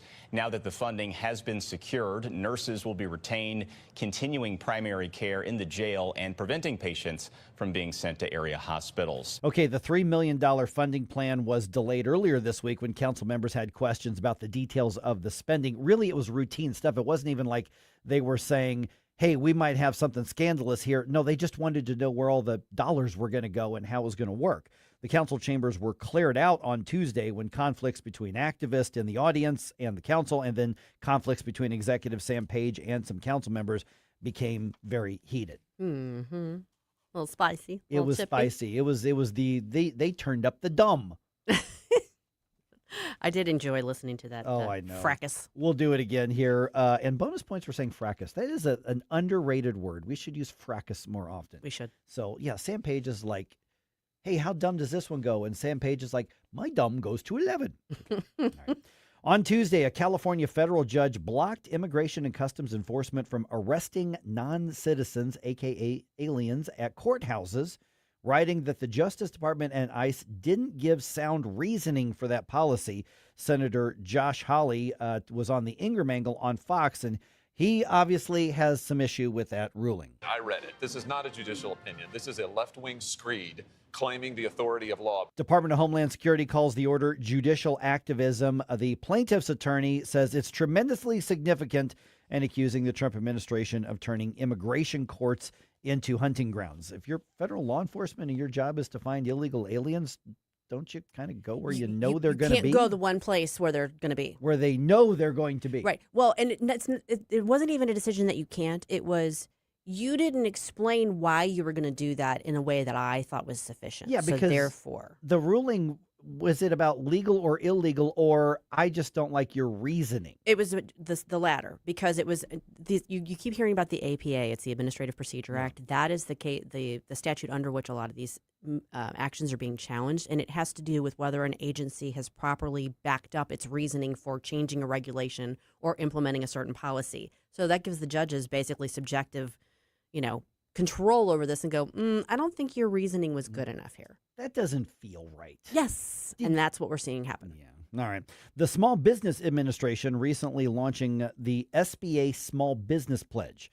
And this is inviting businesses to join in commemorating the 250th anniversary of the country. SBA Administrator Kelly Loeffler explaining on Fox Business's Mornings with Maria that the idea is to promote free enterprise and entrepreneurship, two things that obviously help build the U.S. Free enterprise is what built this nation 250 years ago. It's what's going to build it for the next 250 years. We want to celebrate free enterprise and those builders, the doers, the makers, and invite them to sign the pledge to commit to building in America, hiring in America, and innovating in America. Okay, so that's not it's all voluntary, so I guess technically it's free market, Right. But macroeconomically, questionable, but we get the feeling. Among other things, businesses that sign the pledge will receive recognition as part of the U.S.'s 250th anniversary with the special special Freedom 250 certificate. We've only hired Americans here at the radio station. We should get one of those. We should. Yeah, Jeff. We qualify. Jeff, just to let you know. I'm going to call up Kelly. That's right. Okay. The Great America State Fair kicked off yesterday. Yes, it did. Yeah, it did. It did not kick off with a concert. It kicked off with President Trump addressing a big audience. It was a rally. President Trump headlining the Freedom 250's Great American State Fair after musical artists dropped out. He tells supporters that he has restored faith in the country and returned America to number one on the world stage. We have reclaimed our sovereignty, regained our liberty, restored our prosperity, and we have saved our country. In all things, we're once again putting a thing called America first. So the fair is going to go on for 16 days, and each day will honor part of the president's platform, like Maha Mondays. President Trump plans to hold a rally ahead of the Independence Day fireworks show. So is the Great American State Fair just basically become a MAGA rally? I mean, I guess it has, but I feel like it's kind of a chicken and egg situation. Yes. Yeah.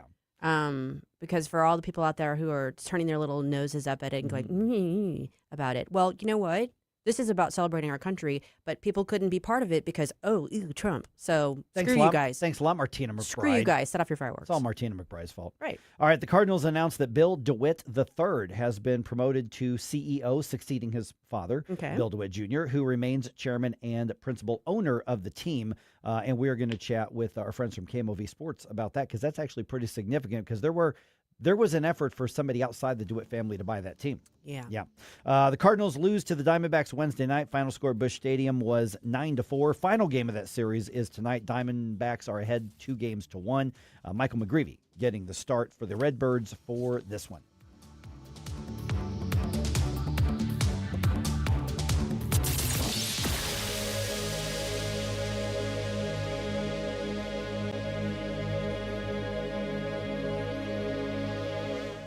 Looking to celebrate the 4th of July with a bang? Then look no further than Powder Monkey Fireworks. We've got bottle rockets, fountains, cakes, mortars. Our selection is endless with low prices and no gimmicks. Our friendly, knowledgeable staff will help you choose the perfect fireworks to make your holiday unforgettable. You'll go bananas at Powder Monkey, Highway 94 in St. Charles, on Westwood in Weldon Spring, and on Brendel in Rocky Mount. Don't want to fight the crowds? Order online at powdermonkeyfireworks.com. This is Mark Harder with RE/MAX Results, the #1 RE/MAX franchise in the region. As a licensed real estate broker with RE/MAX Results for over 20 years, I've seen the ups and downs of many real estate markets, including the one we're in right now. With the spring market in full swing, now is the time to leap into the buying or selling of your home. Someday is not a day. Today is the day to make your move. Call me at 314-852-8933 or email me at markhardersells@gmail.com.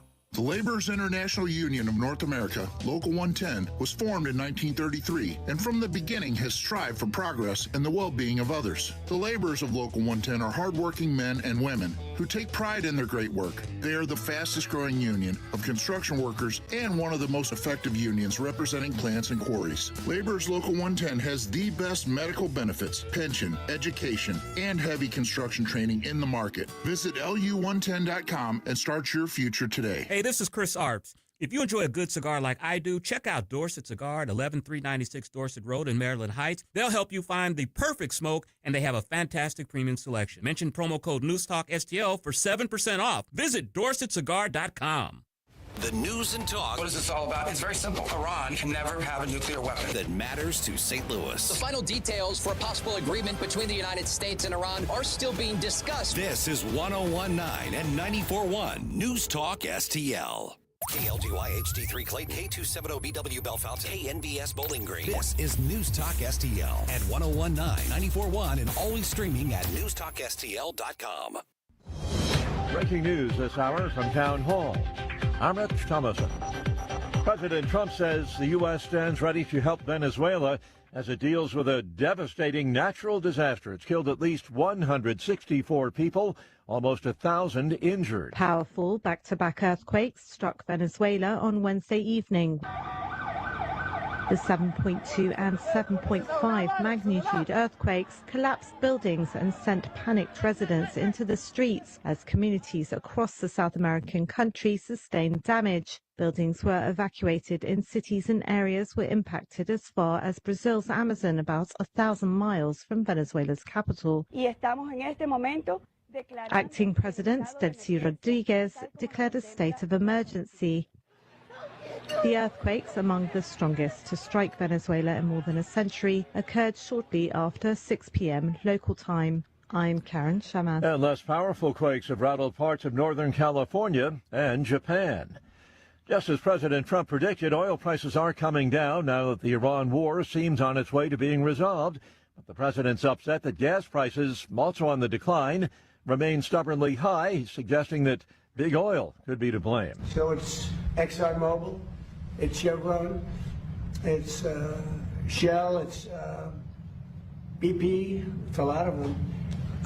The gasoline or the oil prices have come down so much, and we are not seeing anything at the pump by comparison to what it should be. Today's AAA national average, $3.91 a gallon for regular. That's down a penny from yesterday, but the president says he thinks gas should be going for about $2.25 a gallon. On Wall Street, the Dow futures 90 points higher. NASDAQ futures up 620 points, gain of more than 2%. More on these stories, townhall.com. Diabetes, high blood pressure, anxiety meds, everyone's on them. If you're a 50-year-old male, maybe a bit porky, and you may even have type 2 diabetes, $1 million of term insurance may only cost you about $200 a month. Call Term Provider. Speak with Big Lou at 800-555-2085. Big Lou will find a term life policy for you even if you have type 2 diabetes, are overweight, or have high blood pressure. Term Provider has helped thousands of people like you who think they can't afford term life insurance. To buy $1 million of affordable term life for you, all you need to do is call Big Lou at 800-555-2085. Lou will make sure the scales are tipped in your favor. Call 800-555-2085. Big Lou will answer your call and work to fit you into a term life policy that you can afford. Remember, Big Lou's like you. He's on meds too. Call 800-555-2085 or biglou.com. From the News Talk STL Weather Center. A front moves in from the northwest today and installs right on top of us for the next couple of days, and that leads to rounds of rain and storms. That said, we'll be mainly dry through this morning, but scattered storms develop this afternoon, a muggy high of 86. Heavy rain likely at times overnight. Areas of flooding possible, down to 68 for the low. On and off rain and storms on Friday, too, as the flooding threat continues. 82 for the high tomorrow. One more round of scattered storms on Saturday, too. From the First Alert 4 Weather Center, I'm meteorologist Matt Chambers. This hour of News Talk STL, brought to you by Window World of St. Louis. For replacement windows, doors, and siding, call 800-GET-WINDOWS. That's 800-GET-WINDOWS. Public schools, like public libraries, should be free and open to all. Open enrollment allows parents to choose the school that's the best fit for their children. Maybe another school has a wider curriculum, is bigger or smaller. Maybe a kid is being bullied and would be more comfortable at another school. 75% of parents favor open enrollment. Open enrollment programs now exist in 43 states, and Missouri should join them. Our next-door neighbor, Kansas, has one of the strongest open enrollment policies in the nation.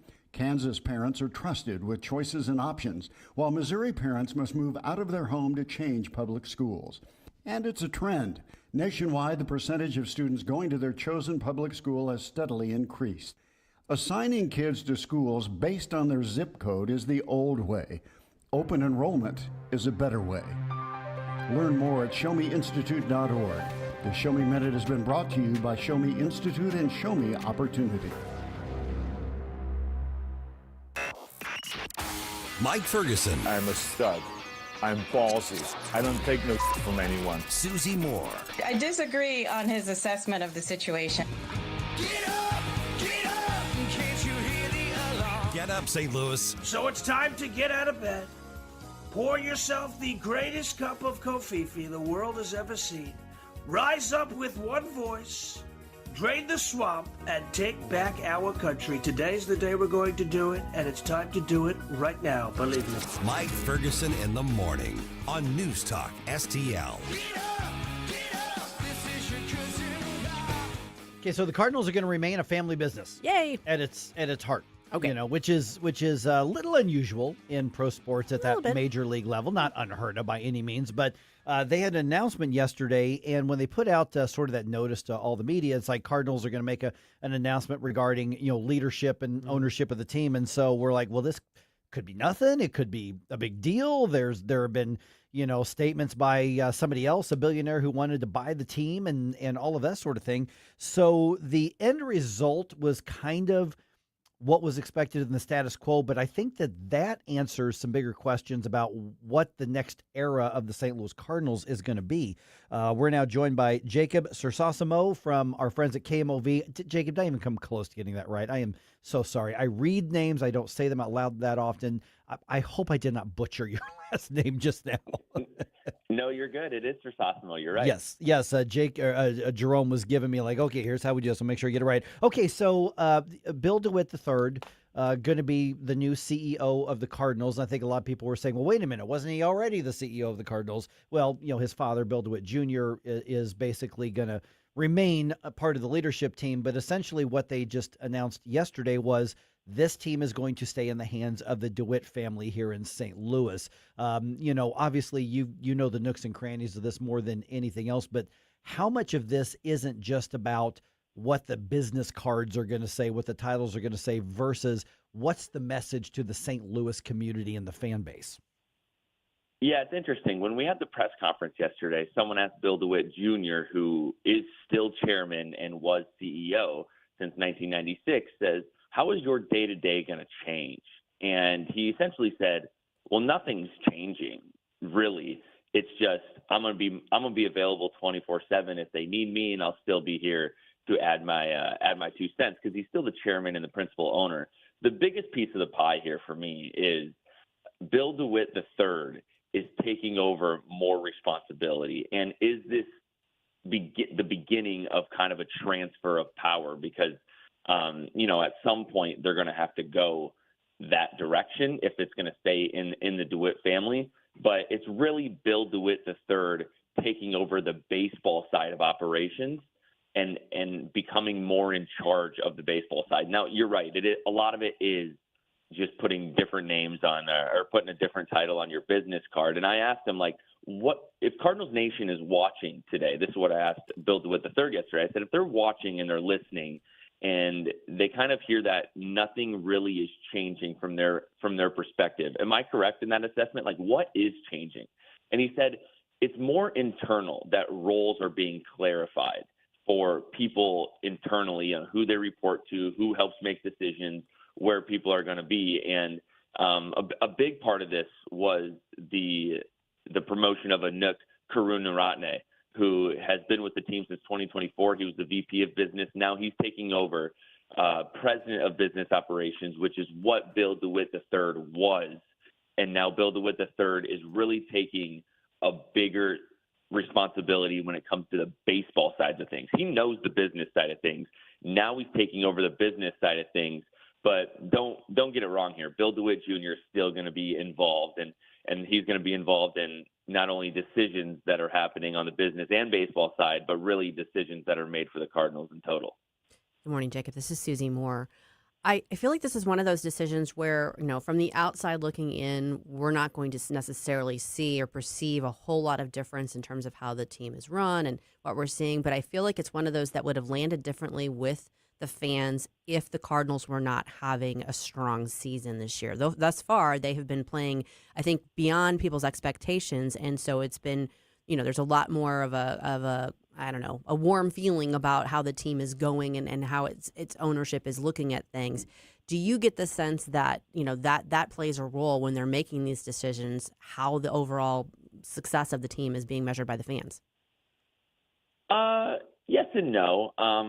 Talking to them yesterday, they're all really pleased with how this team is playing. Bill DeWitt III actually told me, he said he's having more fun watching this team this year than he has watching a Cardinals team in a long time. And I think that's the truth. But when you look at what the message has been from the front office, specifically President of Baseball Operations and Chaim Bloom, and then Bill DeWitt III kind of verified it again yesterday, is this group has a long-term plan.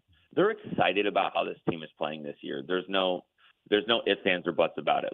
They're excited about what this squad is doing and how they're kind of defying expectations here, and being a really good team. But they have a long-term vision. They realize it's not necessarily World Series or bust this year. They're not going to let what happens this year and the young core playing really well deter them from what their long-term vision is and what their long-term success outlook looks like. And so, yes, there's a lot of optimism right now, and there's this announcement comes at a time when this team is playing really well, but it seems like the front office isn't really getting ahead of themselves when looking at this team. When it comes to the trade deadline, they've talked about it a few times. They're not going to do something now that makes them better this year that might hurt them in the long run and their long-term vision. So they've seemed pretty even keeled through this whole process. of this team playing really well this year, in knowing that, they're looking 5 years, a decade down the road, more so than they're looking at, September or October this season. We are visiting with KMOV Sports' Jacob Cersosimo. Okay, so the announcements that came out, and like you said, a lot of it's just internal stuff. That could have been a press release that they emailed to all of us, Jacob. The fact that they decided to go ahead and call the press conference and bring in the cameras and bring in the microphones, that sort of thing. Was there any sort of, I guess, bigger message? Because, David Hoffman has been making noise about wanting to buy the Cardinals. He wanted to buy the Blues a few years ago. Was there somewhat of a statement that says, no, this is the era is going to be building on the last era. This is, there are going to be no changes to who's running the team. Not that I think they were slapping anybody down or anything like that, but was there an element of that to say the tradition is going to continue in the front office in addition to what we're trying to rebuild on the field? Yeah, I kind of got two things for this, and you're right. This could have been an email to an extent, and I was sitting there yesterday thinking, okay, this definitely could have been an email. But when the Cardinals do something, people have questions, and especially media members have questions, and the fans have questions. And so when the Cardinals do something like this, I believe it's a way of kind of getting ahead of it, because if they make this decision, I'm going to be reaching out. The other TV stations are going to be reaching out. The Post-Dispatch is going to be reaching out. There's going to be other Cardinals media that are reaching out saying, well, if Bill DeWitt III is taking on more of a leadership role, I want to talk to him about what that looks like. And so this has kind of become the status quo with not only the Cardinals, but other organizations throughout professional sports. Even if the decision and the announcement isn't major, they still make them available to media, because there's going to be questions from the fan base. And right now you're looking at somewhat of a fragile Cardinals fan base. Yep. And when it comes to this ownership group and what's kind of been going on in the last few years. And so I think that they do need to make them available to the fans. And I think they've done a good job of making them available to the fans and really to media, so they can explain their stance on a lot of different things. Your question exactly was what? As far as the, as far as, like, for instance, David Hoffman was trying to make, a lot of noise over the last couple. Yes. Excuse me, I forgot the second part of your question there. It's a really good question, and I think it's a really valid point, because yesterday Jeff Jones asked Bill DeWitt III, "Is your goal to pass this down to a third generation?" And as they kind of start, they're not transitioning power right now, but there's no question about it. This is a step in that direction. And he said, that's not the primary goal, to pass this on to a third generation. He goes, if it happens like that, that's great, but that is not necessarily the primary goal. So then that kind of begs the question, what the future of the Cardinals look like. Now, Bill DeWitt III, I think, will probably step into a more prominent role over the next, 5 or 10 years, as Bill DeWitt Jr. kind of phases out of being chairman of this organization. But I think that was an answer that I think fans can maybe raise eyebrows at, is Bill DeWitt III saying, it's not our primary goal right now to make sure that, this team is under our leadership for generations and generations to come. Right now, this is the step we're taking. So I thought that was interesting. Were there any questions that you had that you didn't feel got answered? My biggest question was, like, what's changing?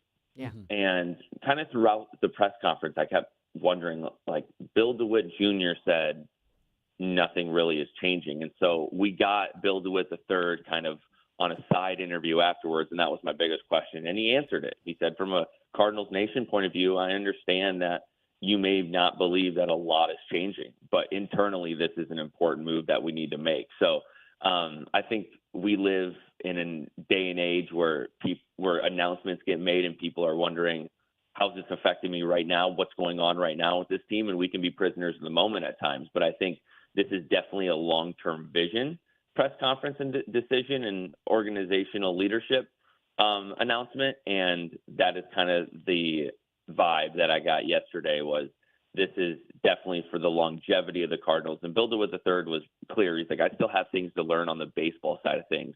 Well, it's a good thing he's stepping into this role now as CEO, as his dad's still chairman, to be able to, learn some things from his dad a little bit more. But this is definitely a situation that not only and Bill DeWitt III have transitioned to as far as evolving into this over a period of time, but also Bill DeWitt Jr. helping those guys along the way. This wasn't a wake up this week and say, we're going to put new titles on your name. It sounds like this has been in the work for years. Yeah, that's what I'm guessing too. Jake, I've just got a minute or so left. And one of the things that, normally an announcement like this is going to be something that's going to be over on a sports talk station and covered on your news segments or your sports segments there. And it's not going to have the widespread conversation unless you're in a place like St. Louis where the Cardinals aren't just the team. It's truly a fabric of the community here. So people feel more invested in this sort of thing. And that was following up, with Susie's question with the team playing really well. They said last year, or a year and a half ago, message received from the fans. Mm-hmm. They understand there's a unique relationship with the fans. So it sounds to me from what you're telling me and what you saw and speaking with them, that what they're saying is this is the foundation for the next era to deliver those plans for what's going to be on the field in the next 2, 3, 5, 10 years. And we understand the fan base expects the excellence that we have had traditionally, maybe not the last few years. Yeah, and a Nook is a huge part of what they're doing to get fans back. Yes, what happens on the field is a majority of the reason to get people to come back to the ballpark. But what they do inside Busch Stadium is also a massive piece of the puzzle. You look at the Coca-Cola Unlimited plan they just put in Big Mac Land and what they do on Friday nights up at Budweiser Terrace and different ticket packages and ways to get people in the ballpark. Anuk Karun-Ratne, he is a critical part of bringing fans back to the ballpark and making sure that the fan experience at Busch Stadium is as good, if not better, than what they're going to see on the field. So, yes, on field is important, but a big part of what these guys do on a day-to-day basis is brainstorm ways to get fans back to the ballpark. And Anuk has been a huge part of that since he got here in 24. And the team's been good this year. But fans are having fun at the ballpark as well when they come to see what else is going on there. So, yeah, there's a lot going on both the baseball and the business side. But they're getting fans back slowly, but I think there's still a lot of work to do. All right, Jacob Cersosimo from KMOV, thanks so much. We'll be tracking and watching your sports tonight, man. Appreciate it. Thanks, guys. Thanks, Jacob. All right, a judge says ICE can't arrest illegals in certain areas. We're going to explain that further at 7:20.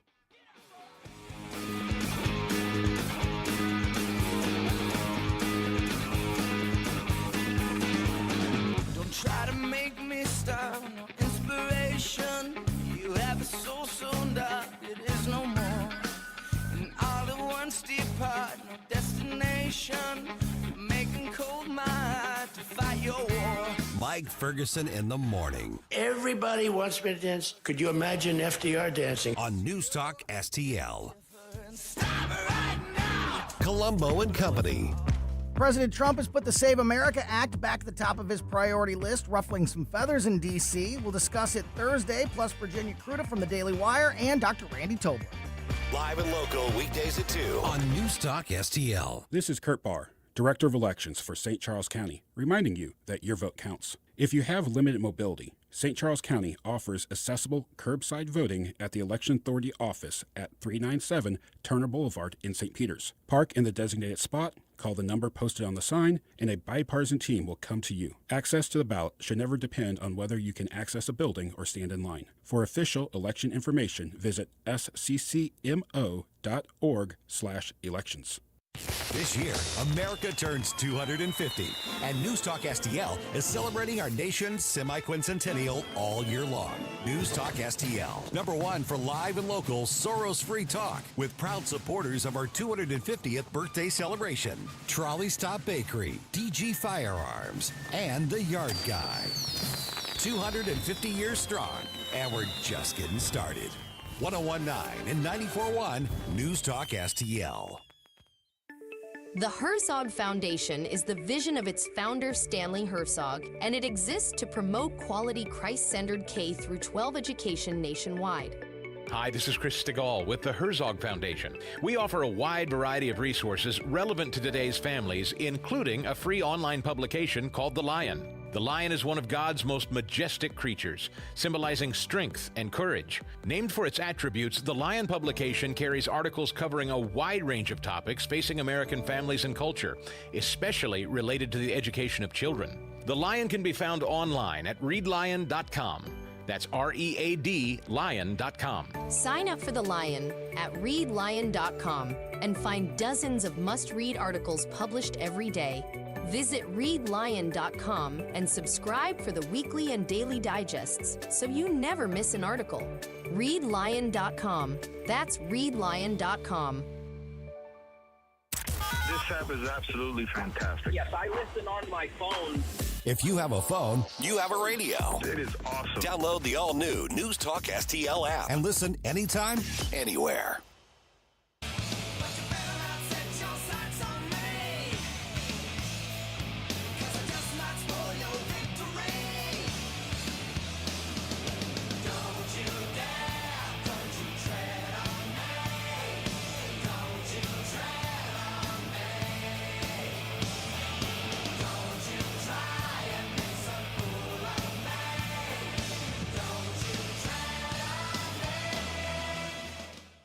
Hey, Chris Arps from the Tim Jones and Chris Arps Show. Make sure that you're listening to our show this afternoon from 4 to 6. Now back to the Mike Ferguson in the Morning Show. If that's not a red-blooded American rock song, I don't know what is. Seems like it is. I have to thank you for turning me on to Damn Yankees because this is one of my favorite songs now. I know. I like Damn Yankees. I know. I love that. I saw them. I saw them perform once. Did you? In gosh, I don't know. Been early mid '90s, something like that. Of course, this was like a super group. Yeah. Yeah, this is Jack Blades from Night Ranger. And Styx? Tommy Shaw from Styx. Styx, yeah, and okay. Ted Nugent. And then the other dude. That guy. Whatever that guy's name is. Yeah. No, I don't that was know. a fun show. Yeah, Ted Nugent set stuff on fire on the stage. That other guy? Yeah. The other guy's the best. Yeah, because he's the drummer. Oh, my goodness. All right, more activism from the judicial bench. Well, a judge says immigration arrest cannot happen in the courthouses. We'll get to that in just a minute. And always, we always have our redstate.com Red State Rundown. But real quick here, USA is playing Turkey today in the World Cup. And so there's a lot of people kind of tuning in, but you do not want to show up at the soccer watch party and not know what you're talking about. True. That's why you need to use AI to help you out with this. So, Susie, we... Oh, yeah, let's do that. This is the Red State Rundown. Little cross wires there. You can't give me... I know, I gave you the cue. The and cues. then, yes. And We'll do the soccer thing in a Just minute. to be clear, we're not putting out Red State with AI. No. You're getting real organic writing there. Yes. I'm going to reset for this. You guys continue what you're doing. that was like Pavlovian. It was. was. We have a cue here to make sure the stuff times out right. And it's I true. just fouled it up by saying... Have you ever seen Tropic Damn Thunder? Yankees, damn Mike. That's right. Have you ever seen the movie Tropic Thunder? Yes, I have. The intro scene where they're Yes. coming in for the explosions. He's giving them the wrong cue. That's what this is. Right now. That one's on me. Just to let everybody know, that one's on me right there. So All right, am I doing Red State? Rundown? let's go ahead and do Red State. Let's do Yes, it. Let's do Red Let's State. do it. Okay. Well, first up, from Rusty Weiss, we've got, wow, Trump celebrates Senate Iran vote flip after ripping not going to be bullied Bill Cassidy. Yeah, I don't know if you were paying attention yesterday, but there was some spiciness going on in the Capitol. Apparently a shouting match. A shouting match where that apparently there was a couple Secret Service agents that even got to their feet. Oh. Yes. Real? I didn't hear that part. Yeah. Things got very tense between Bill Cassidy and President Trump when he was meeting with the Senate GOP. But Cassidy and Rand Paul, a couple other people later went to the White House. They had a sit down. They kind of had a meeting of the minds, and they flipped their votes. Rand Paul voted present, and Bill Cassidy voted no against the War Powers Resolution. They're basically saying, look, we understand. We're going to try and give him the leeway to do the negotiating he's trying to do, which is probably the right move from a party perspective and from a country perspective, I think. So, but anyway, Rusty's got the rundown on that, so definitely check that out. From Terry Christoph, we've got Usha Vance expertly trolls New York Times journo who had epic meltdown over MAGA baby boom. I don't know. People on the left get so undone about like people having traditional family values and having kids and that sort of thing. And apparently someone at the New York Times went off on it. So Usha had a little fun with it. We love Usha. And then from Brandon Morris, this is a VIP article, but I thought that the headline should speak for itself. Socialism is starting to feel a lot like terrorism. Well, I want to see if he's available. I want to talk to him about that. Yeah, I can work on that. Yeah. Early mornings are a little tough with him because he's got a toddler. Yeah, he's been on the show, been a while, but I Yeah. saw that headline and I'm like, that is that's worth digging into more. Yeah, I can work on that. Yeah, precisely. Okay, 7:26 right now. We've got obviously the rest of the world is all about soccer. In a way that the U.S. isn't. Not that there's not a passionate soccer base in America, but Team USA is doing really well in the World Cup right now, and they're going to play Turkey today. And so I want to make sure that if you decide to go to your favorite sports bar's watch party or whatever it is, that you can keep up. So it turns out that there's an AI tool to help this happen. Okay. Right. So okay. here's how this is going to work. Uh-oh, am I not in? Am I on? Let's try it again here. With the U.S. team's World Cup success, suddenly you're really into soccer. But like most Americans, you don't know what you're talking about. You should download Soccer GPT. Welcome to Soccer GPT. With Soccer GPT, it's 90% confidence, 10% understanding. What's going on now, Soccer GPT? Their shape is good, but their spacing is inconsistent. You know, their shape is good, but their spacing is inconsistent.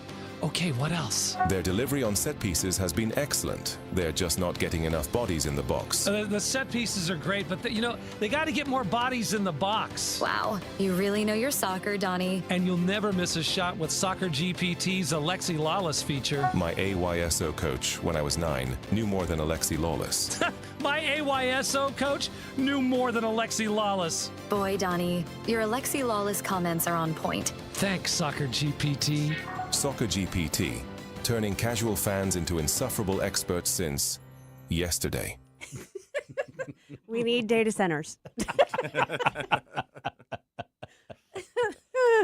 I mean, but it's kind of true.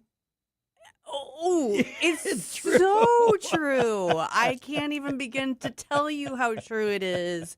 Because there's a never-ending saga with ChatGPT. Oh, that's right. Matter of fact, there was a story you said we got to ask you about. Is this? I don't know if we've got time. We don't have time now. for this one. Okay, we need. I mean, if we're going to talk about important stuff, yeah. Okay. Anyway, but see, the thing is, I played soccer as a kid, and then I moved to a rural area where they didn't even hardly know what soccer was. They're like, well, I kind of remember that's what Pele did, right? That was about it back then. Soccer's big in St. Louis. Oh, it's huge in St. Louis. It has been for a long time. I mean, you go back to the Steamers and, all right, real quick, though. We just got a minute or so left here. A judge says ICE cannot arrest illegal aliens at federal courthouses. What the heck? What is it that's going on here, and how binding is this going to be across the country? And is it just federal courthouses or any courthouse? Those are immigration courthouses. Oh, so those are federal by definition. This was a ruling out of California, but it's a nationwide impact. So it's another one of those nationwide injunction kind of things. So it's going to be appealed. It's going to, be shaking out for the next few months, that sort of thing. But basically what this judge did was say, okay, because for years, the federal immigration enforcement agencies did not, as a rule, try to pick up illegal aliens when they were appearing for their immigration court hearings.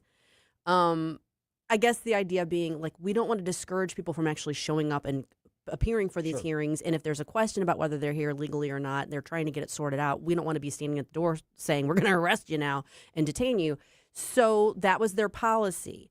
The Trump administration has said, well, no, duh. We've got millions of people in this country that aren't supposed to be here. And if we know they're going to be at the immigration courthouse, why wouldn't we go ahead and pick them up? We're talking about people who already have deportation orders, right? For the most part. I mean, there's some murkiness in there. Okay. But so they changed the policy. They changed their implementation. And of course, it was challenged. And this judge said, you didn't properly give good reasons for making this change, so I'm going to say you can't do it. Not you can or can't do it ever. You just didn't back it up with the right reasons.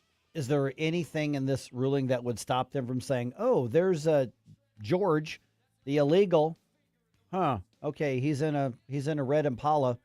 Wait till he gets to the stoplight at leaving the courthouse and go get him." I don't know. I'm not sure exactly how detailed it got, but I mean, it's going to be appealed anyway, so we'll see how it all shakes out. Will the next election determine who sets the rules about data centers in Missouri? Or will the current crop of lawmakers do that before next year? We've got that deep dive coming up here at 7:35.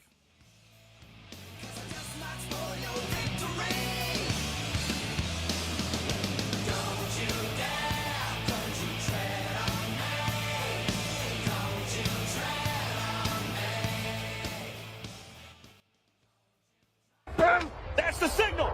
Go, go, go, go, go. Let's go.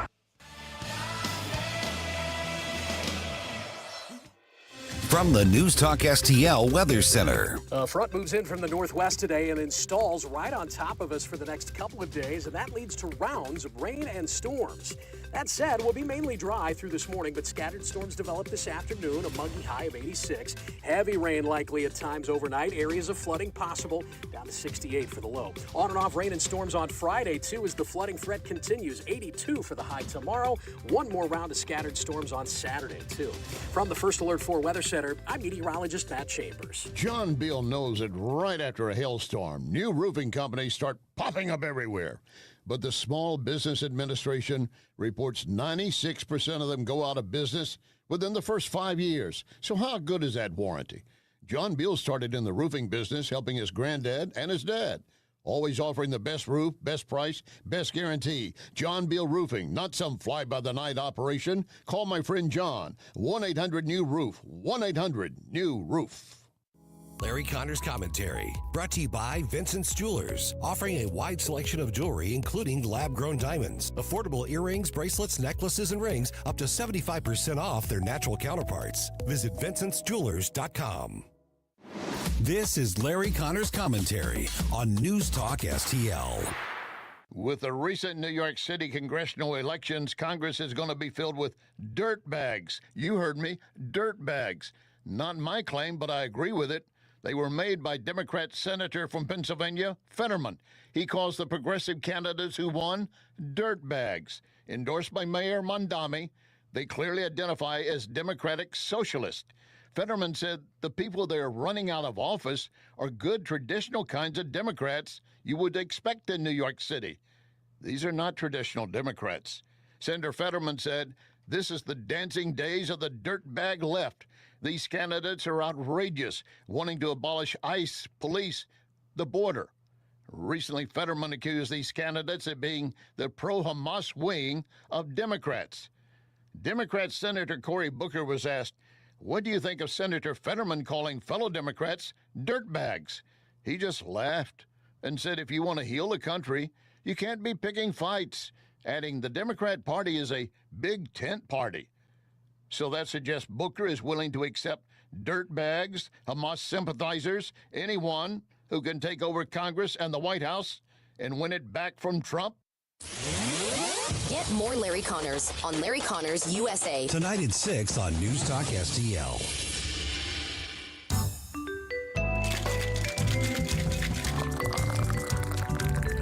Michael McGreevy. Escape to Margaritaville night at Busch Stadium on Friday, June 26th. Celebrate the legacy of Jimmy Buffett with a special pregame performance by the Boat Drunks.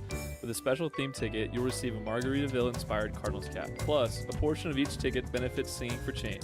Kick back, relax, and enjoy a night where it's 5 o'clock somewhere, even at 7:15 first pitch. Details and tickets at cardinals.com/theme. This is Jordan Walker. Celebrate Black Heritage Day, presented by your quality Ford dealers on Sunday, June 28th at Busch Stadium. This special culture and community event honors the impact, history, and legacy of the Black community in baseball and beyond. With a special themed ticket, you'll receive an exclusive Cardinals jersey designed by Corey Rogers. And don't miss a special heritage celebration in Budweiser Terrace before the game. Details and tickets at cardinals.com/theme. I'm Dr. TJ, owner of the Institute of Natural Health, co-owner of Optimal Nutraceuticals, and the host of Wellness One. Wellness One is designed to cut through the nonsense and provide you common-sense science-based information regarding health and wellness. On the show, we discuss topics like thyroid health, gut health, hormone optimization, and many others. Our show airs Saturdays at 10 a.m. and 2 p.m. and Sundays at 11 a.m. and 3 p.m. right here on Newstalk STL. And you can visit us at inhstl.com. That's inhstl.com.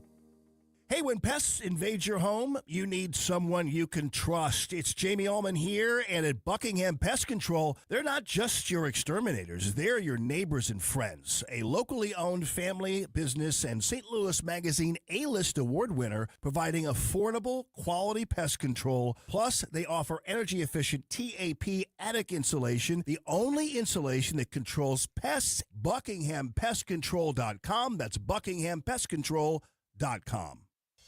All the information I need on the drive to work. Mike Ferguson in the morning. I keep it on throughout the day, whether it's local, national, or something big that's happening overseas. News, analysis, and opinion. St. Louis is #1 for conservative talk. News Talk STL.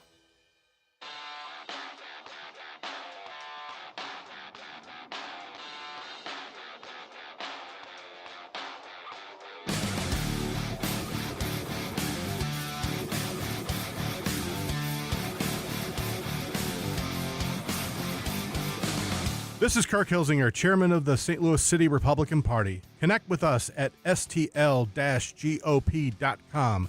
Now it's back to Mike Ferguson in the morning on News Talk STL.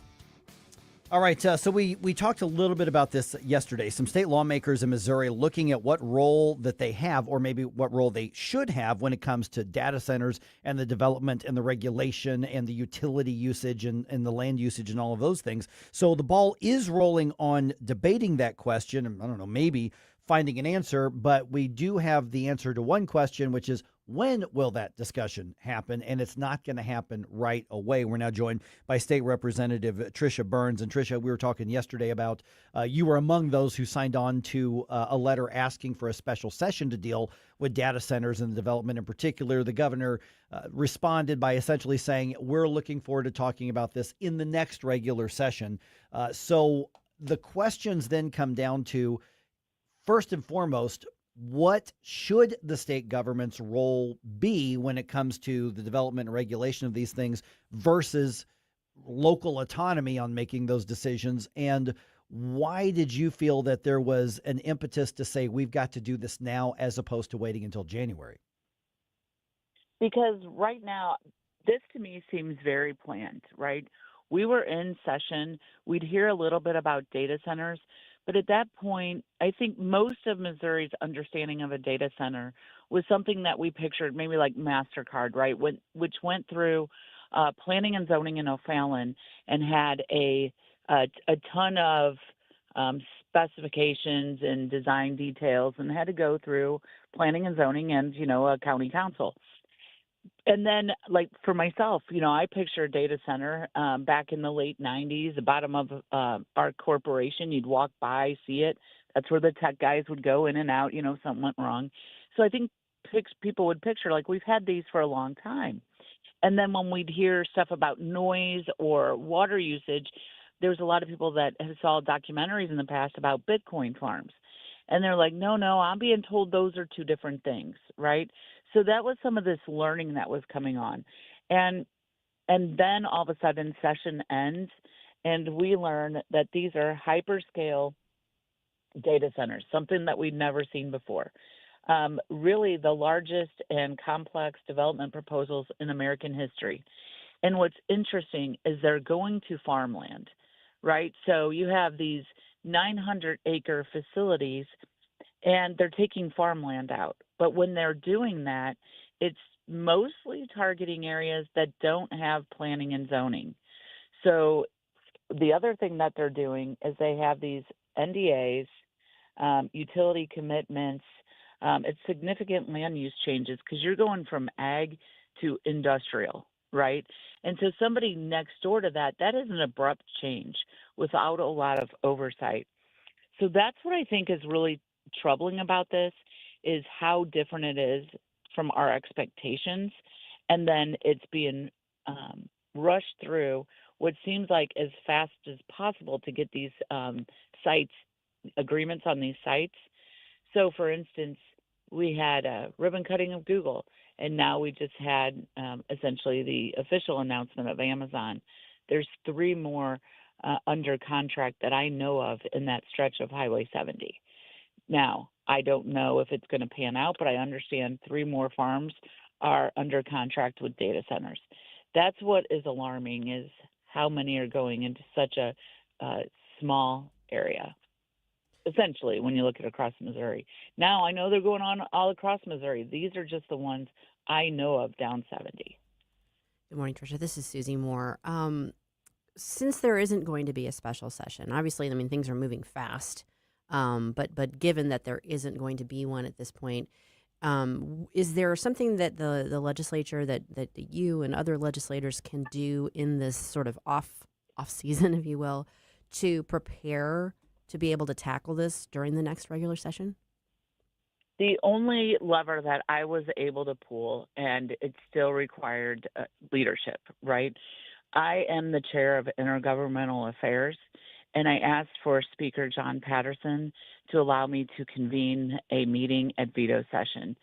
The reason why that was an ask, that's much sooner, of course, than in January, but that's an ask where we can have something public now where people can see this. And one of my hopes is counties and local government have to step up to protect and communicate with their communities. I think this gets a lot of conversation going, right, and empowers those counties that they can take action instead of just being in the dark. It's also brought people from across the state calling for action. So I think that's very helpful. So let me tell you when that is. Veto session is September 16th, 2026. It will convene after veto session, and all of the state representatives will already be there, so there's no additional cost to Missourians. We're visiting with State Representative Tricia Byrnes. Okay, so the governor says no special session. We're going to go to the regular session. In all candor, this seems like there's a logic to that, to maybe 5 months and then maybe some research on that versus a special session. It seems like there would be a risk of things going in too fast without fully vetting it. So I get where he's coming from on that. But what is it that you'd want to see the state legislature come up with? I mean, what are the questions that need to be answered as far as what the state government's role is and what Missouri should allow and not allow? Because there are people who say yes to data centers, others who say absolutely no to data centers, but the devil's in the details, and they're coming somewhere, somehow, someday.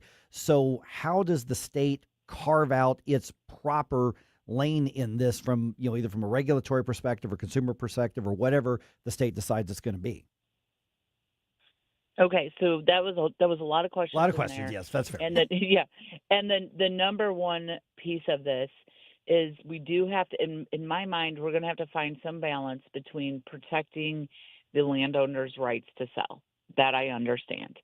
So I feel like there's a difference between intervening with a landowner's right to sell, right, and then saying, okay, but if you're the corporation coming in, there's some check marks that you have to make, right? We need to make sure there's really good hydrogeologists doing the study of the water, and there's the electric contracts that are going on. And then I'll talk just kind of briefly. So there's kind of regulation and these check boxes that need to be made. But when you get into what would you change right away, one of the biggest problems that I'm seeing is these NDAs. Now, I do believe that, because I also served on Wentzville alderman, right? Mm-hmm. So I've seen these things before. So when they come in, a lot of times they won't use the brand's name because that could have a positive or negative impact on the brand. And sometimes that needs to become irrelevant so you can see the details. So I understand blocking perhaps the name Google on a proposal, right? But the rest of it, people need to see. And most importantly, what I'm hearing is that elected officials are in closed sessions and they're given NDAs. So they're not sure who they can go out and reach out to. So if they can't ask questions, I think that's troubling. So we need to look at these NDAs and make sure local officials and counties feel like they're not bound to secrecy where they can't get the answers they need. I think that's a really big piece of that. Then the other piece of this, and the only way I probably that Missouri can even intervene, is if taxpayer dollars are at stake. And that's where you say if taxpayer dollars are at stake, then the taxpayer has a seat at the table. And when you run a project through somewhere, let's say Wentzville, for instance, we had planning and zoning, and then we had the Board of Aldermen. And then there was a series of several public meetings. When something came up on the agenda, it had to sit on the agenda for at least a day before you could have a public meeting. and then it was open to the public. All of our meetings are recorded for people to go back and see. And then you have the planning and zoning, you have the Board of Aldermen. That is not what I'm hearing from these other groups where they're going out to the farmlands where they don't have these kind of structures already in place. So when tax dollars are at stake, I believe there has to be some public notice and awareness of what's going on in their community, because this is going to fundamentally change the neighbors to these properties. Not only is it how they live, but it's also how they work, because they work the land that is sitting next door to these big data centers that are going in ag, what's zoned as ag land. All right, State Representative Tricia Byrnes, appreciate the update on that. I think I have a feeling this is going to be like one of the dominant things that's going to happen in January as well. Of course, in the meantime, we've got all of the statewide ballot issues coming up in August and in November as well. So, so there's going to be no shortage, not much downtime over the next 8, 9, 10 months on this sort of thing.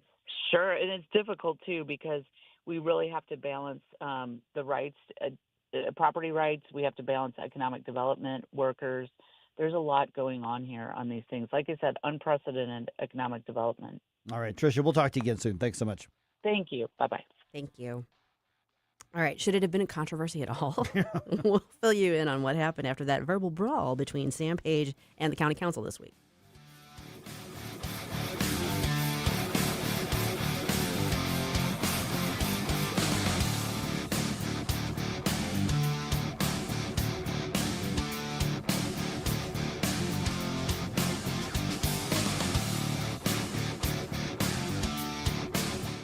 Mike Ferguson in the morning. We Democrats know so much, that is true. And we have to kind of tell everybody how smart we are. On News Talk STL. Mike Ferguson here. Retirement should be a time you can relax. No more stress from work. But there's one thing you can't forget about when retiring. That's your money. Do you have enough saved to fund your income for life and keep up with inflation? How will you claim your Social Security benefits? And what about long-term care?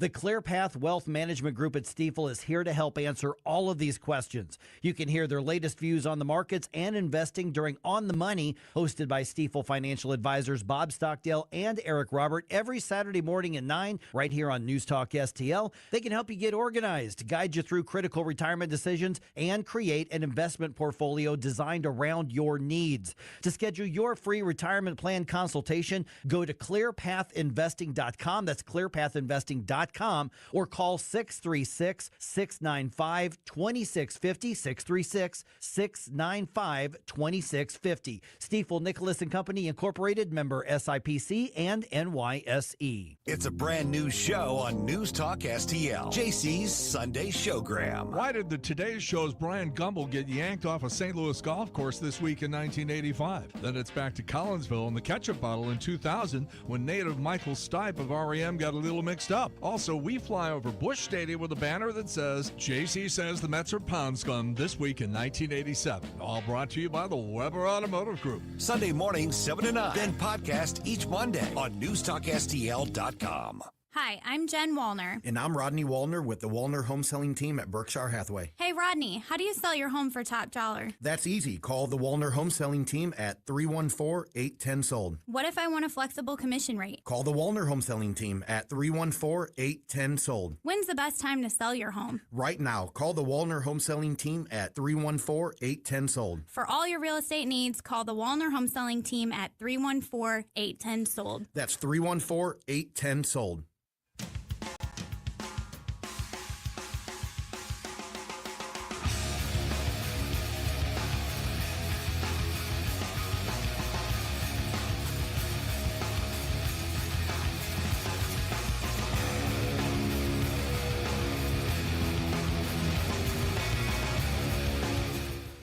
Good morning, Missouri. It's your boy, Joe Pags. I'll talk to you tonight at 10. But right now, let's get back to Mike Ferguson in the morning. All right, Missouri's lawmakers, as we just spoke with State Representative Tricia Byrnes, going to be debating data centers and the next wave of big tech, but they're not going to be doing this right away. Basic details just ahead here. And also, is the Great American State Fair basically a MAGA rally now at this point? Should it be? I would hope everybody would agree no, but is that what it's defaulting to? Possibly. Seems Yeah. that way. Yeah, and the Cardinals hope to split their series with the Diamondbacks. They can't actually win it outright, but they can get the tie in that. We'll give the details on that. 7:51. Let's go ahead and do another news dump here. The Morning News Dump, brought to you by Mario's Donut Restaurant. The Morning News Dump. Are you joking? Is this a joke? Listen, folks. The Morning News Dump. Mario's Donuts. Sorry. Went on Homer Simpson there for a second. All right. It looks like there will not be a special session to address big tech in Missouri. Governor Mike Kehoe says the legislature should take up that debate over data centers in 2027.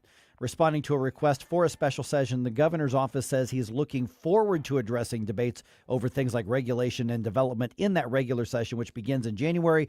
We just spoke with State Representative Tricia Byrnes, who was among those asking for the special session. That conversation is going to be posted on our podcast a little bit later this morning.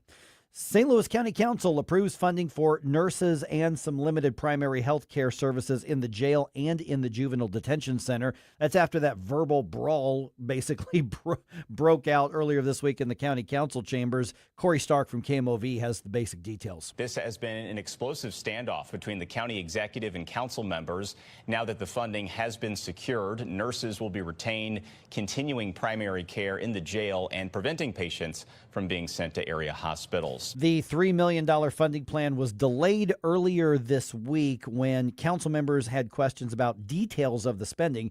The council chambers were actually cleared out on Tuesday when conflicts between activists and the council and conflicts between Executive Sam Page and some council members became heated, shall we say. Became heated. 8:20, I've got some of those sound clips from what actually happened. It was complete unnecessary nonsense, and I understand that I'm not completely objective because of what I think of Sam Page as a politician, a leader, and a human being, but it was his fault. I think that's fair. Yeah, I mean that's the bottom line. Is none of this had to happen. It happened because Sam Page got dumb again. I mean, it's just the bottom line. He's really good at that. He really is. Yeah. I mean, I think he kind of holds steady. I don't even think he gets there. I think he just is there. He doesn't get there. He's already arrived. Right. Well, I mean, here's the thing is, we talk about like senioritis in so many things. You're on the way out. You're like, I don't care anymore. So this is a guy who I don't know if he's trying to secure a legacy or if he knows he's not going to have a legacy because everybody hates him. One of the few truly bipartisan things here in the St. Louis region. And so just basically throw mud on everybody on your way out the door, essentially. He's the tantrum-throwing kid who's being drug out of the candy store. Pretty much. Yeah. Jeez. All right.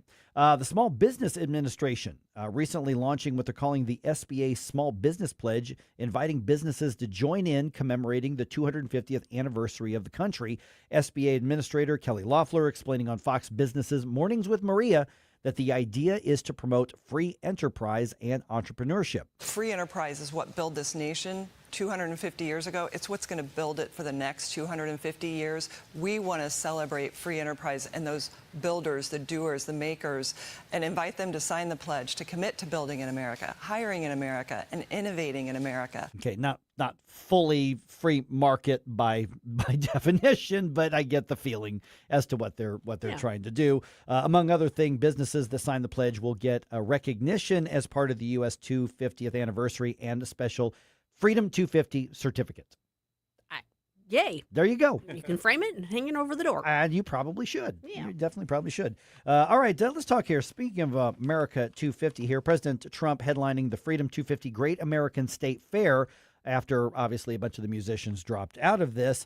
He tells supporters that he has restored faith in the country and returned America to be number one on the world stage. We have reclaimed our sovereignty, regained our liberty, restored our prosperity, and we have saved our country.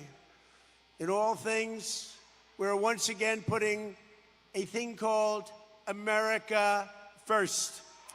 All right, the fair is going to go on for 16 days in all. Each day is going to honor part of the president's platform, like Maha Mondays. I like that. Maha Mondays. I am There you on go. board. President Trump plans to hold a rally ahead of the Independence Day fireworks show as well.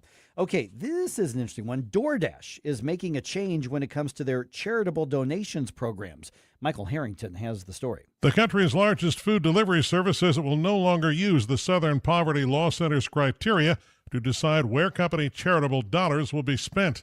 Alliance Defending Freedom, a Christian legal group, negotiated the decision by DoorDash. The SPLC routinely lists Christian ministries and charitable organizations as hate groups if they refuse to embrace the LGBT agenda. Many big corporations blindly use the SPLC to make decisions about giving. Michael Harrington reporting. And I think that story is not as much about DoorDash or about the SPLC as it is about there's a lot of people in this country going, you know what, enough was enough. Maybe we did get dumb over this. Yeah. Yeah, I think people are waking up to that, and that's a good thing. Yep. All right, the Cardinals announced that Bill DeWitt III has been promoted to CEO, succeeding his father, Bill DeWitt Jr., who remains chairman and principal owner of the team. What I took from that is that the Cardinals are making it clear this is going to remain a family-run business in St. Louis. This is the next era on that. So we had a conversation with our friends over at KMOV earlier on that. You can find that on the podcast a little bit later on as well. Cardinals lose to the Diamondbacks Wednesday night. Final score at Busch Stadium was 9-4. That means the series is now 2-1 in favor of the Diamondbacks. Cardinals hope to at least even up the series and get the split tonight at 6:45. Michael McGreevy going to get the start for this one. Cardinals still comfortably in second place in the National League Central, in a good spot to get into the wild card spot in the playoffs if they were started today.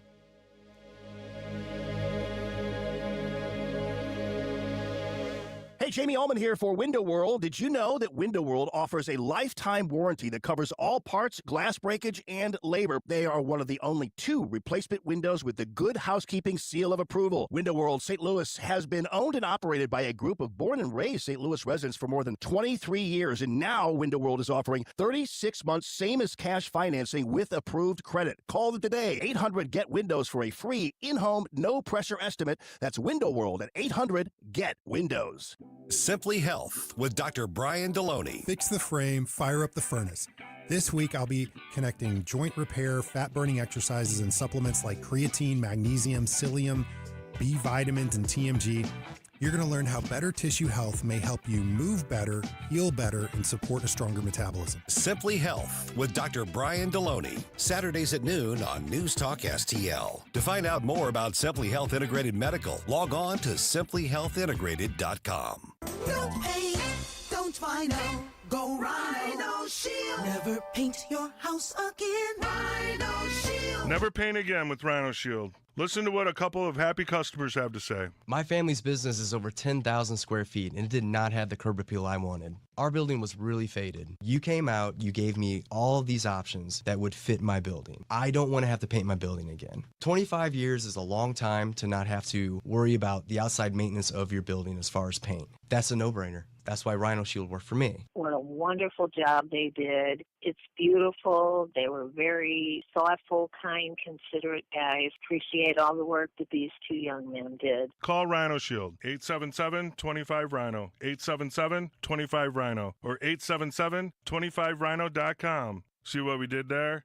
Genius. Tell them, ladies. Don't paint, don't vinyl, go Rhino Shield. Never paint your house again. Rhino Shield. KLGY HD3 Clayton, K270BW Bellefontaine, KNBS Bowling Green. This is News Talk STL at 1019, 94.1, and always streaming at NewsTalkSTL.com. Breaking news this hour from Town Hall. I'm Rich Thomason. An inflation barometer that's closely monitored by the Fed has jumped through a 3-year high, now topping 4%, and falling oil prices are expected to turn things around soon. Venezuela is reeling from a 1-2 punch delivered by 2 strong earthquakes, killed at least 164 people, injured almost 1,000. Back-to-back powerful earthquakes have hammered Venezuela, collapsing buildings in the capital of Caracas. The U.S. Geological Survey says the first earthquake had a magnitude of 7.1 along the country's Caribbean coast. Minutes later, an even larger 7.5 magnitude earthquake struck. The U.S. Pacific Tsunami Warning Center has issued tsunami alerts for Puerto Rico and the Virgin Islands. I'm Lisa Dwyer. Placing her country under a state of emergency, Venezuelan President Delcy Rodriguez thanking a host of nations offering help in search, recovery, and rebuilding. Estados Unidos, Panamá, Qatar, Cuba, Nicaragua, Turquía, Jordania, Barbados, Curazao, Colombia, Reino Unido, Brasil, Mexico. No reports of serious injuries or damage from earthquakes that rattled Northern California and Japan. President Trump presiding over opening ceremonies on the National Mall last night for a weeks-long celebration of America's 250th anniversary. Tonight, as we stand on the edge of our 250th year of independence, I am thrilled to declare that America is back.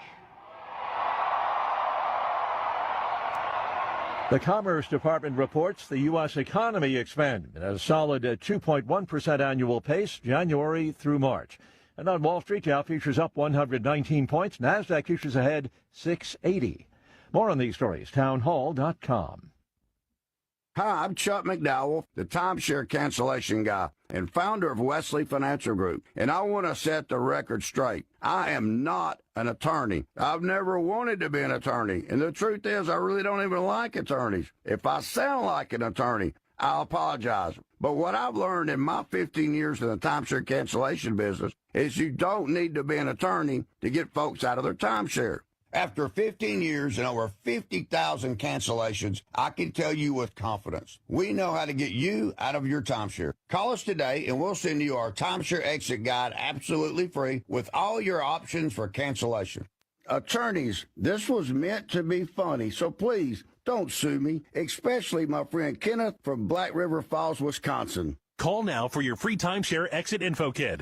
800-926-5959. That's 800-926-5959. 800-926-5959.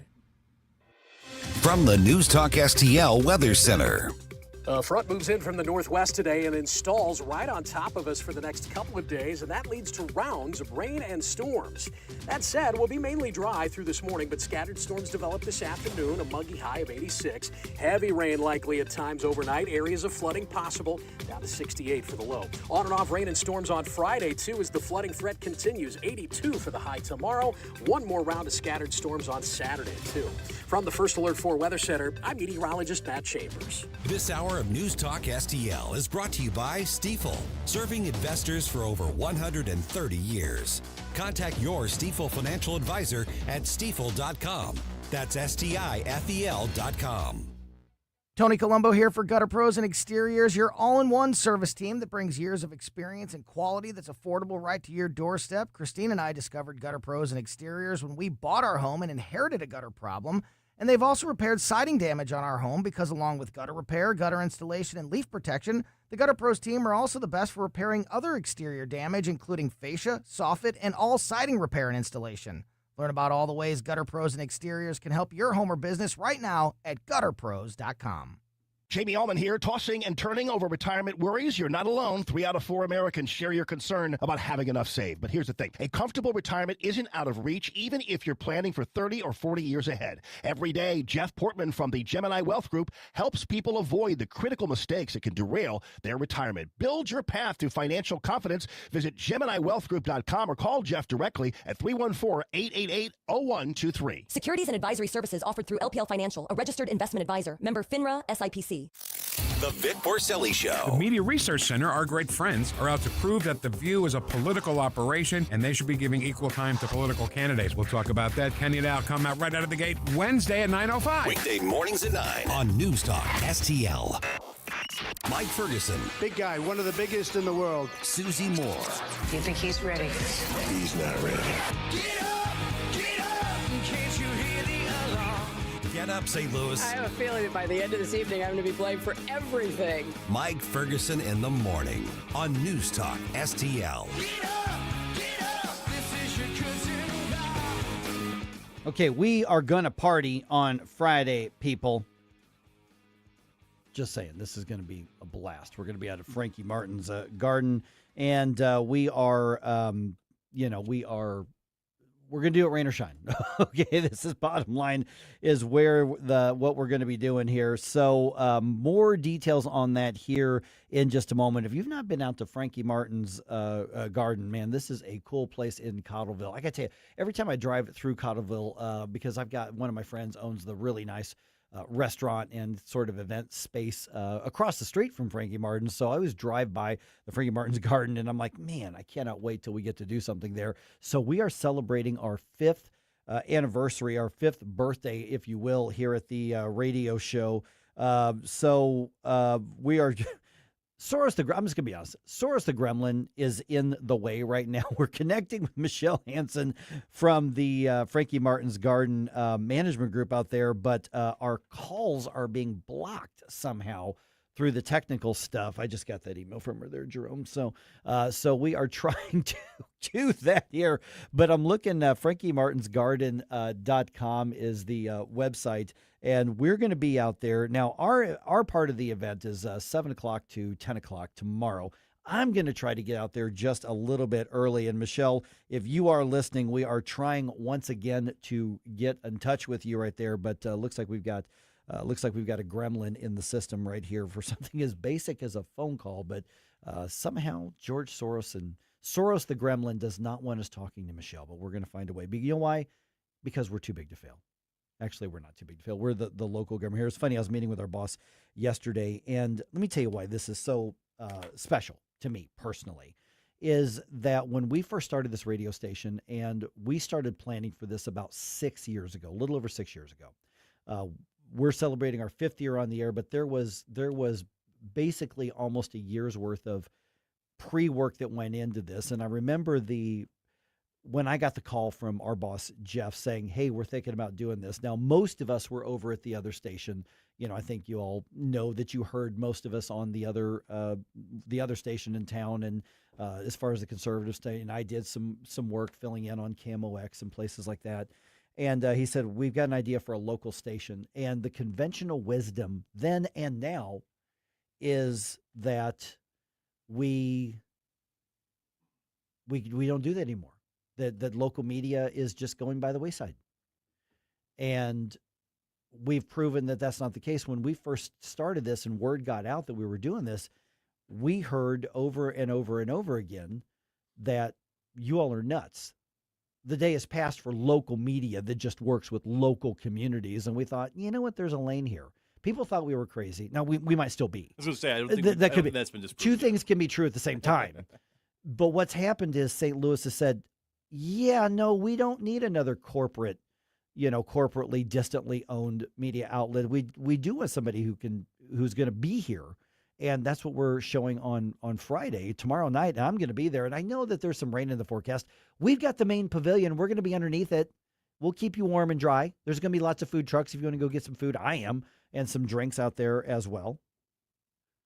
Yeah, I think that there is a desire from this station specifically, I think, shows that there is a real, true desire to have people that are from the area, that live in the community, that care about the same issues, be the ones that they can relate with and tune into and trust to actually factually get it right when they need the news and when they just want to have a good conversation with people.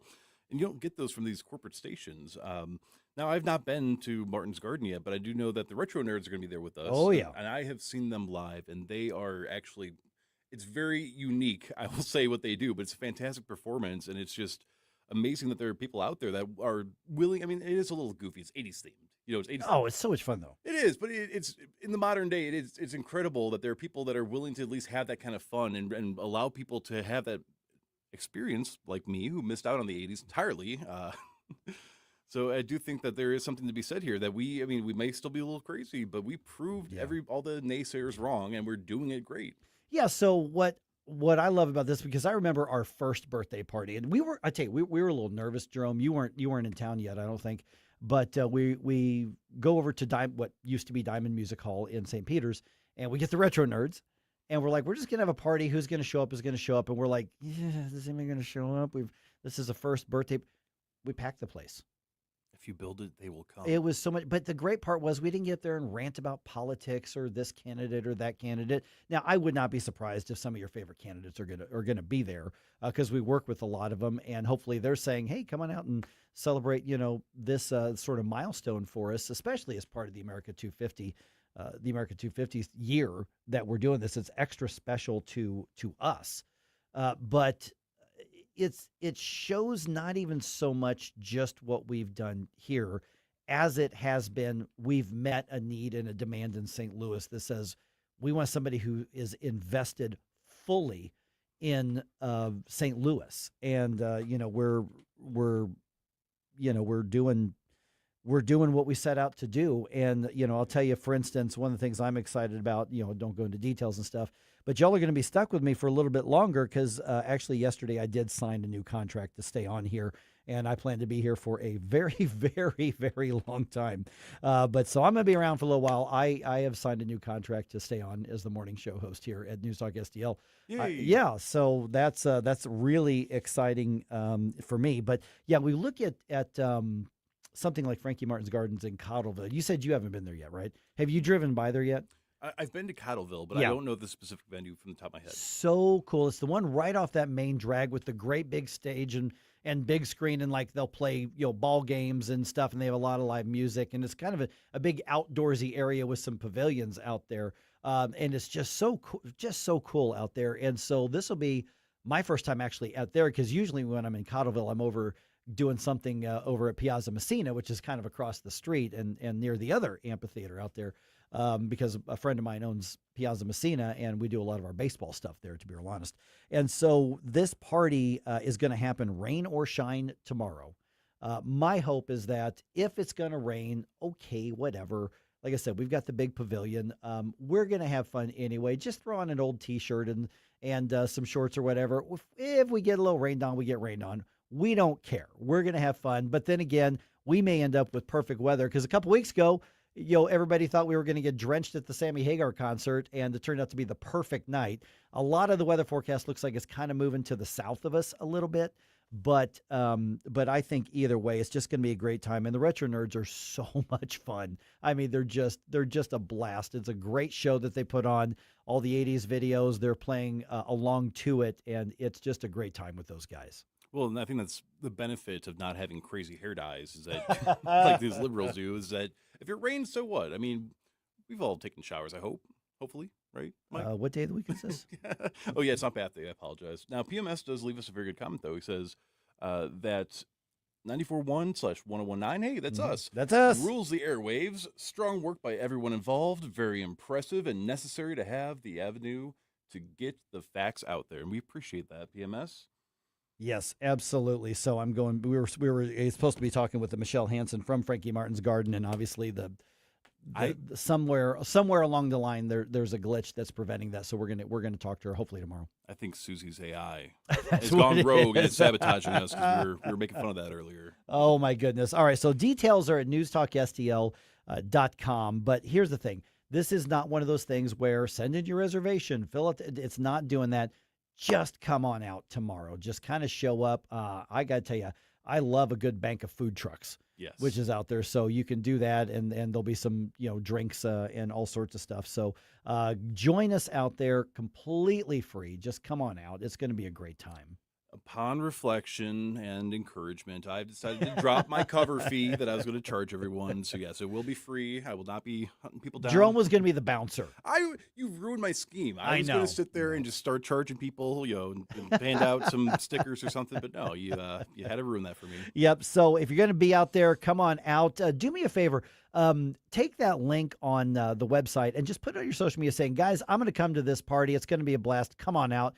Invite one and all. This is going to be one of those things where we just don't care if you're conservative or leftist or non-political. We're just going to have a good time, because in addition to this being conservative media here in St. Louis, this is more local voices in St. Louis, and that's what we need more of. So we thank you for making this happen, and we're so glad we can basically elevate your voices throughout the region and around the country. Destination, making cold mind to fight your war.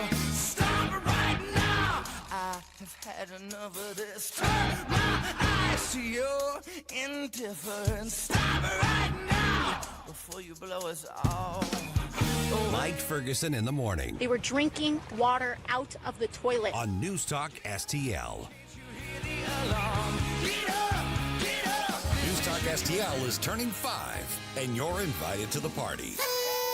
Join us Friday night, June 26th at Frankie Martin's Garden in Cottleville for a totally rad celebration with the Retro Nerds, St. Louis's favorite 80s tribute band. Live on the outside stage from 7 to 10. It's an all-ages show, so bring the whole family and stop by and see us at the NewsTalkSTL Pavilion right near the stage. Frankie Martin's Garden, the place for and about community in Cottleville. Details at frankiemartinsgarden.com. You feel it every time you check out. Prices up, paychecks stretched, families squeezed. That's why Ann Wagner's fighting to get government off your back and out of your way. Wagner passed the largest tax cut in American history, expanded child tax credits, ended taxes on tips, overtime, and Social Security. And Wagner is working to lower costs so families keep more of their hard-earned money. But Ann Wagner knows delivering from Missouri means more than just protecting their wallets. It means protecting our streets as well.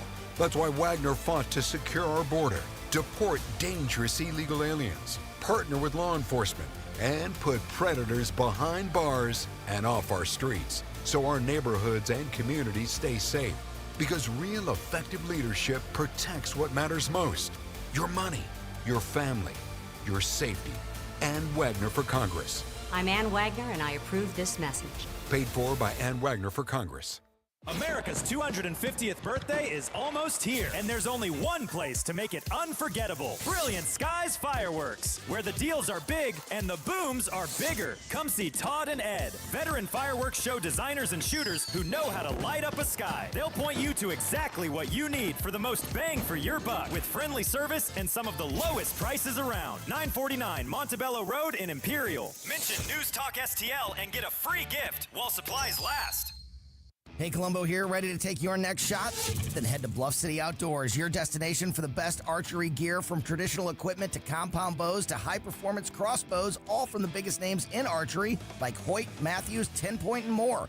Whether you hunt, shoot target, compete in 3D, or just shoot for fun, make your next shot at Bluff City Outdoors. 1 mile east of Fast Eddie's at 2813 East Broadway in Alton. Don't forget Bluff City has all your fishing and trapping needs covered as well. Follow them on Facebook and at bluffcityoutdoors.com. Hey, thank you very much for taking my call. News, analysis, opinion. Yes, I just want you to know what a breath of fresh air you people are. 101.9 and 94.1 News Talk STL.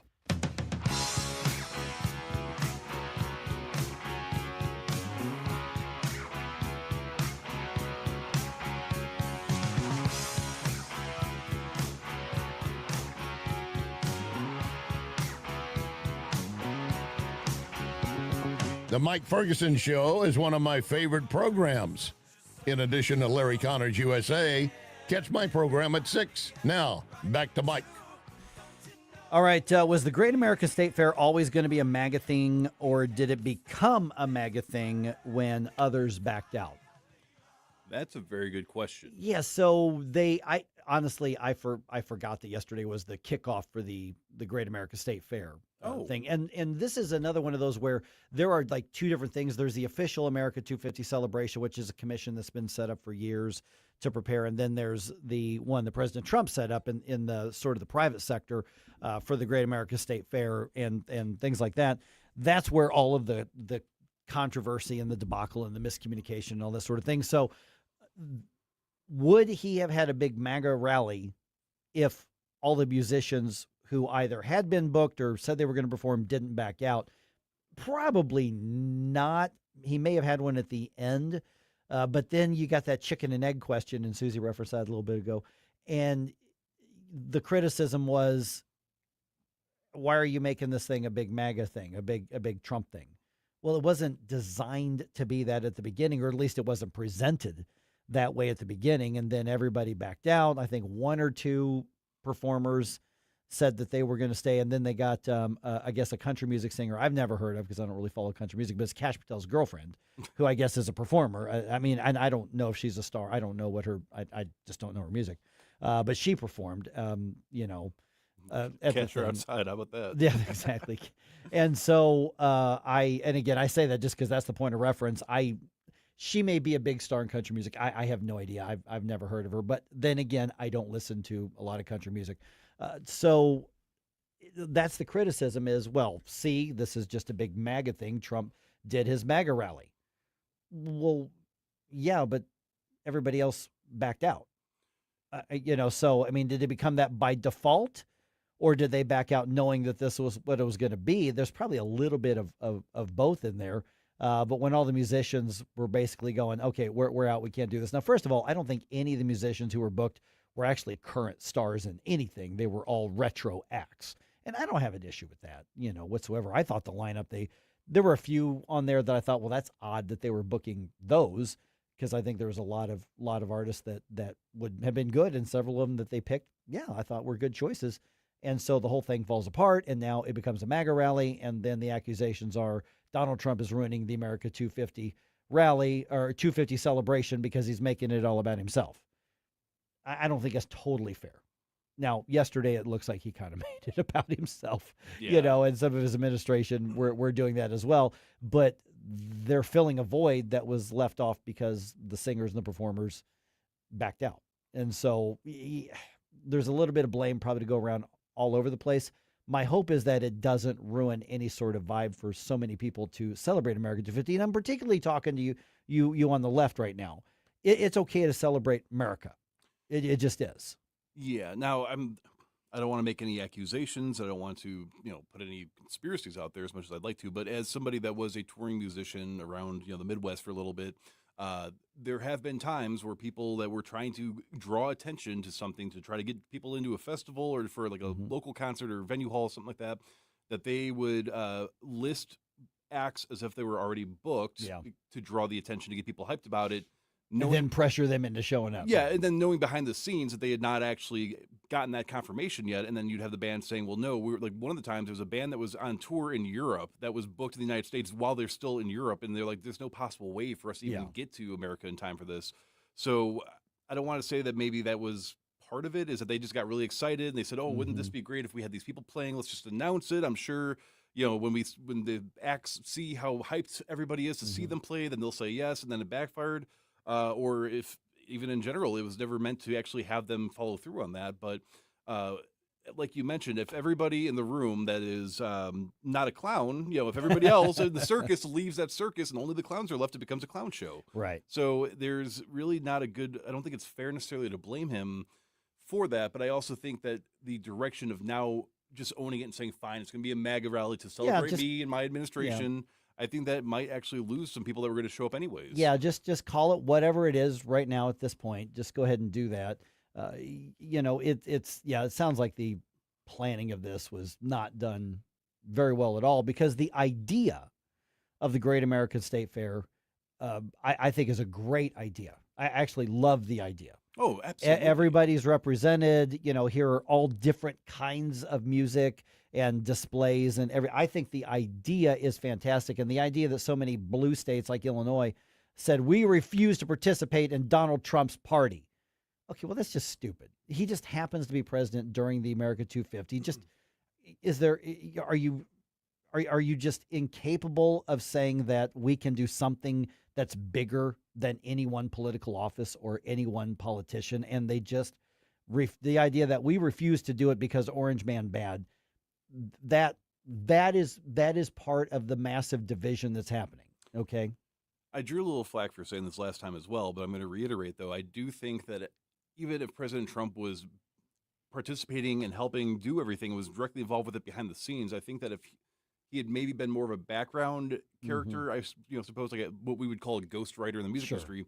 But if he had not been so forward and front and center with it and taken all the 250 branding and all that stuff with him, then this might have turned out to be the way that I think a lot of us were hoping, which would be, let's just come together, celebrate our nation. You have some musical acts of different generations that are mostly at least culturally relevant still, or at least during a period of American history were very relevant. And I can't help but wonder if he had maybe taken more of a background role and said, we're going to leave this up to this department to take care of, or this spokesperson, that maybe things would have transpired a little differently. Or just have the actual official bipartisan commission do that. Allison writes on Rumble, shame on the Democrats for making this about Trump instead of the 250th birthday. Yeah, there's a lot of truth to that right there. Yeah. Well, I'm also not sure Democrats really care about America's 250th. I mean, if you see the way that who they're supporting and a lot of the rhetoric that comes out of their mouths, it really doesn't seem like, even if Trump wasn't involved, it's still America bad. What are we celebrating? So when you look at like the music that was booked, I mean, there were a lot of conservatives like Martina McBride. She's just a left-wing whatever. No, but she's a pretty iconic country music singer. You definitely want country music represented there A because little bit of Dolly Parton, if possible. Dolly Parton would have been perfect for that. But you also look at, you could pick, even though I'm not a country music guy, I could pick out probably 10 artists that I thought that would be a really good representative. Obviously, you want rock and roll. Some Limp Unique. You would pick Limp Bizkit. I don't know that I would pick Limp Bizkit. I will maintain that Limp Bizkit is just as culturally relevant to America as maybe Willie Nelson or Dolly Parton would be for their generation. Okay, you're gonna have a hard sell for a lot of people on that one. Kid Rock is in a similar vein. Well, some of his earlier stuff was. Kid Rock. Kid Rock.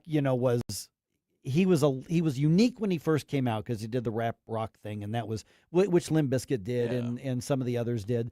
Of course, Kid Rock's really attached to Donald Trump more than anything. But he probably would have played ball with the buff. He was, of course, without a doubt. But you look at, like, for instance, some of the classic, the retro. I would look for somebody now, because you don't want somebody who's gonna like not appeal to a lot of people. But you go back to, like, Bret Michaels and Poison. You could go back to a lot of those. I thought that, Sammy Hagar would have been a good choice.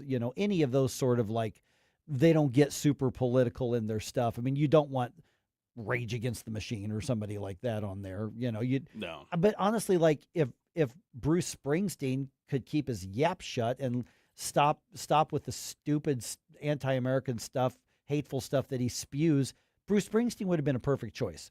But he's decided to make everything about how much he hates the administration and hates the conservative movement. And so, of course, you're not going to put him on there. But if he just did his Americana-branded music, that would have been a good choice. Billy Joel would have been a really good choice. You definitely want, classic R&B and blues, and there's a lot of great, acts out there on that. I mean, I love the fact that what was left of the Commodores, would have been there. I thought that was a fantastic choice, and then they backed out. The real Milli Vanilli.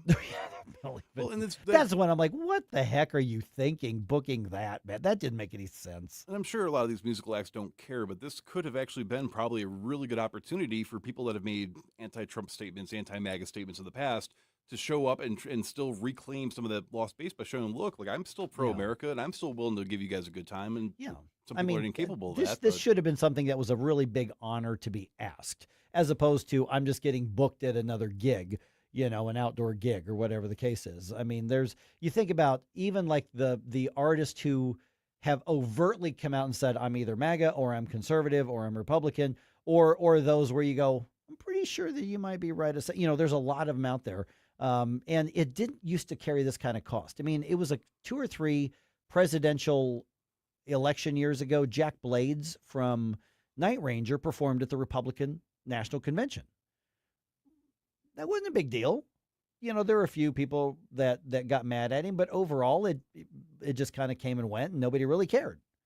He performed one of his solo songs there, and he was just a performer at a convention. I mean, every conference and convention hires entertainers, at some point, and he didn't really catch too much flack for that. But at this day and age, you could almost get canceled for being in the neighborhood of something that happened that might have the GOP on it. And it's just plain stupid. Just like, listen, Bruce Springsteen, I mentioned, Martina McBride, and Tom Morello from Rage Against the Machine, and all of these bands. I don't care that they say what they want to say. Mm-hmm. They've got a right to do that. That's the glory of the First Amendment, is that you have a right to say whatever stupid stuff you want to say, and I have a right to point out that I think it's stupid and pick it apart. That's the whole exchange of ideas. I got no problem with that whatsoever. Even some of the bands I really like, Foo Fighters and some of the others, they just decided that they want to get involved in politics instead of appealing to everybody. And now none of us can have nice things because everybody, wants to just focus on Orange Man Bad instead of let's celebrate America. Yeah, this really could have gone in the direction of like what Band-Aid was. Yeah. Or like a Woodstock, but for America. This could have been something so fantastic like that. And fortunately, egos clash. Yep. Now, we do have, speaking of clashing egos, we have more information about that verbal slap fight at the St. Louis County Council meeting last week. So at 8:35, find out why it was all Sam Page's fault, or at least we're going to blame him for it.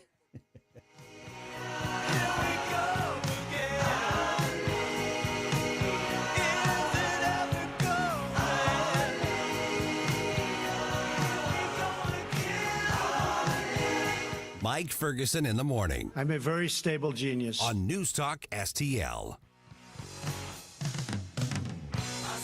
From the News Talk STL Weather Center. A front moves in from the northwest today and installs right on top of us for the next couple of days, and that leads to rounds of rain and storms. That said, we'll be mainly dry through this morning, but scattered storms develop this afternoon, a muggy high of 86. Heavy rain likely at times overnight. Areas of flooding possible, down to 68 for the low. On and off rain and storms on Friday, too, as the flooding threat continues. 82 for the high tomorrow. One more round of scattered storms on Saturday, too. From the First Alert 4 Weather Center, I'm meteorologist Matt Chambers. Fox News commentary with Craig Gutfeld. Next. So Ryan and I came to the decision to get life insurance when I was pregnant with our first son. He really wanted us to be taken care of if something happened to him. He provided for our family in life and also after his death. I think that would make him proud. Ethos makes it fast and easy to get life insurance. Apply in minutes and get same-day coverage. Get your free quote at ethos.com/save. That's ethos.com/save. Paid testimonial. Time spent on application may vary. Online health questions required.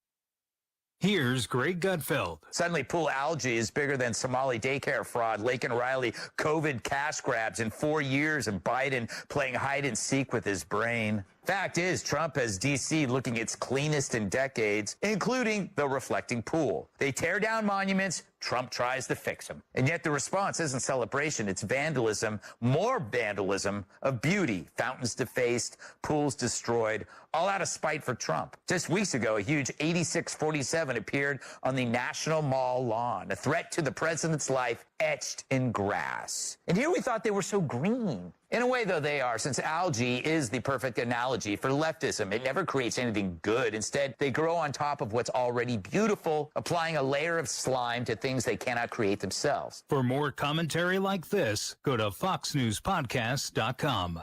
News Talk STL is proud to have Doug Voss of Safe Bunny Radio as part of our lineup each week. Doug has been a staple on the St. Louis radio airways for many years as one of the leading financial experts in the area. You can now hear Doug and Safe Bunny Radio every weekend on News Talk STL. But in case you miss anything, you can check it all out at DougVossSafeBunnyRadio.com. What else do our listeners need to know, Doug? Simply put, I focus on helping pre-retirees and retirees build, preserve, and protect retirement assets, and I've been helping my clients solve their insurance and financial needs for the past 33 years. I also strive to educate my clients on how to prepare for retirement, minimize the impact of market volatility on their assets, and deal with the challenges of increased longevity. Call me today at 844-676-SAFE. That's 844-676-7233. Doug Voss is a registered representative. Securities offered through DHL Securities, LLLP. Member FINRA and SIPC.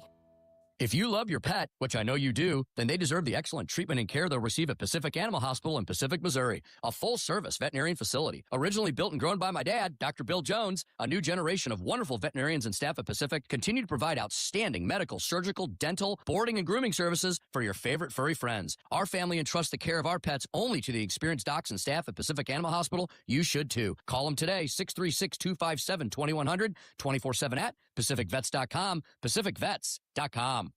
If you find yourself feeling out of place in the world, it's comforting to know conservative values haven't been abandoned everywhere. The far left wants to destroy conservative values in America. This is News Talk STL. Welcome home.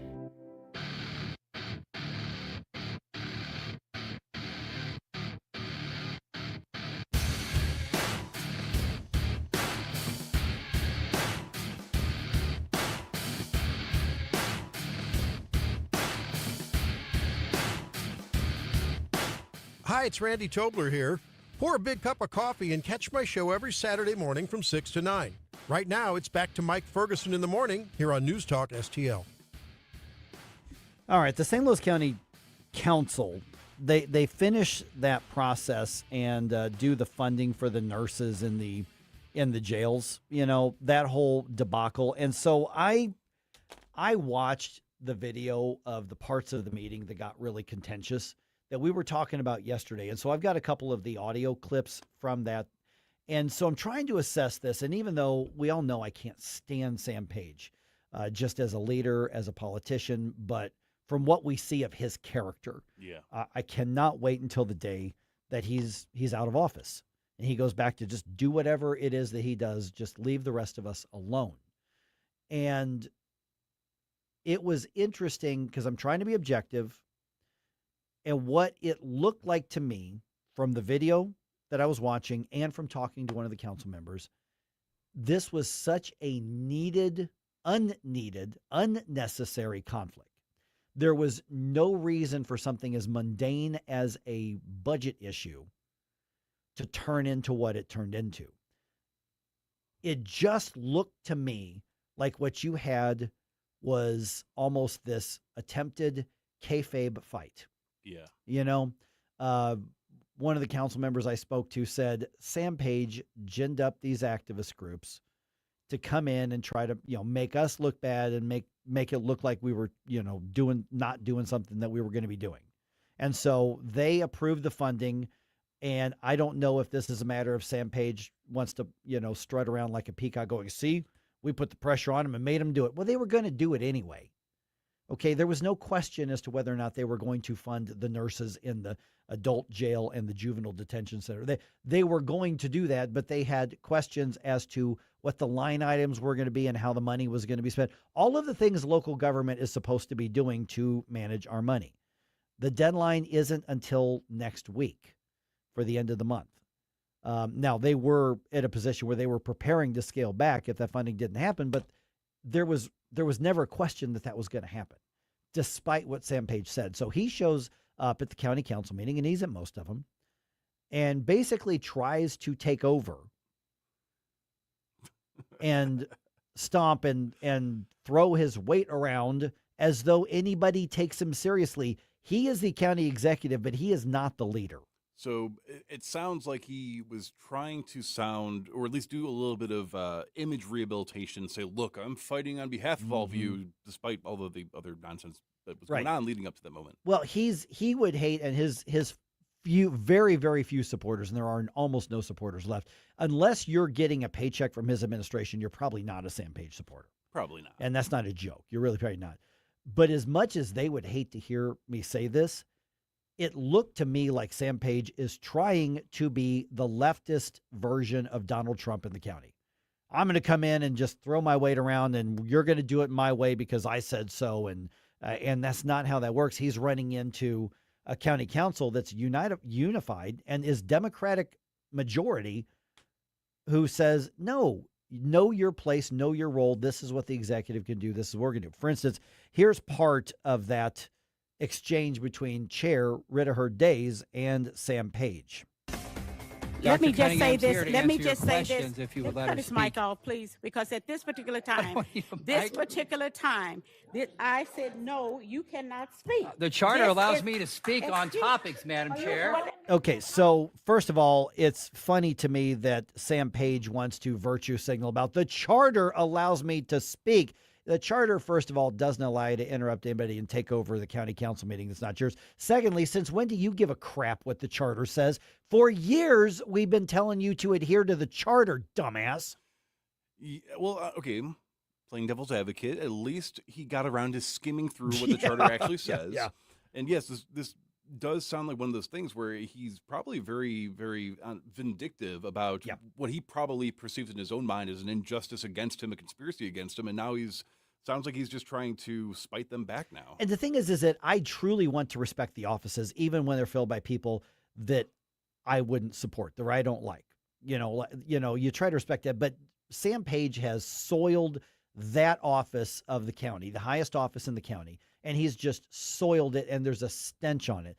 Regardless of who wins the next election for county executive, I kind of feel bad for him because the first thing they're going to have to do is fumigate the political environment around that office. And have a very in-depth discussion saying, look, we had to actually modify the charter last time because this guy wasn't getting it. Do not do these things. Yeah. Specifically do these things. Well, be a basic ethical human being and you won't have the trouble that Sam Page is dealing with that he's brought on himself. But here's a little more of this. What you have here is him trying to talk over Rita Hurd-Days and trying to assert that he's in charge, and she's in charge. She's the chair. This is the county council meeting. He doesn't actually run it. This is not your meeting. I get to speak. This is not your meeting. Madam Chair, can we please have the county executive removed from the meeting? have your security argue with mine? Come on. Yeah, those were the grown-ups who were elected to run the county.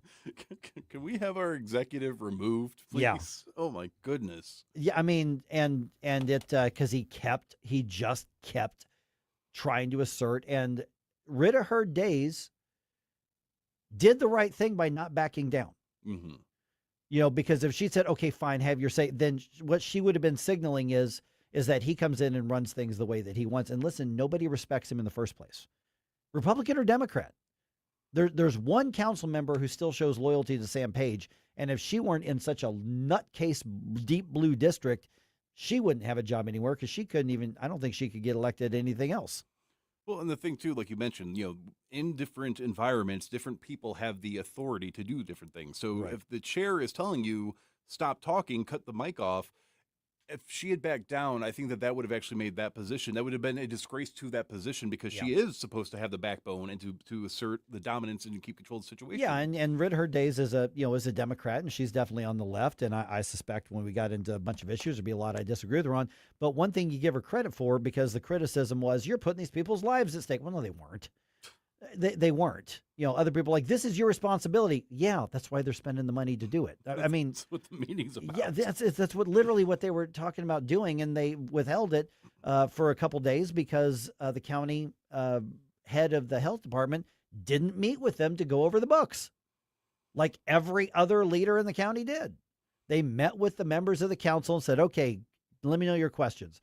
I've done budgeting when I've been elected to a local office.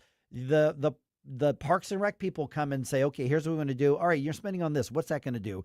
Hey, we got a little tight budget. Can we move something around? I mean, this is normal. But the Page administration continues to look for ways to create conflict to make it about him. Mm-hmm. And listen, the left gets mad when Donald Trump does that, which he does sometimes.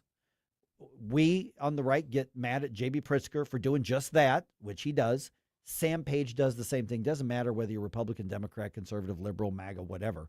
You got to know what your role is in your office.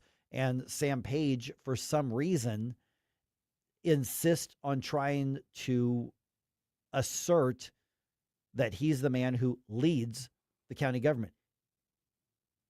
He was elected to that office, but like I said, because of his behavior, because of his incompetence, because of his lack of ethics, because of his lies, it turns out, documented lies, he isn't the leader. There are things he has authority to do, but nobody follows him unless they're getting a direct paycheck from him.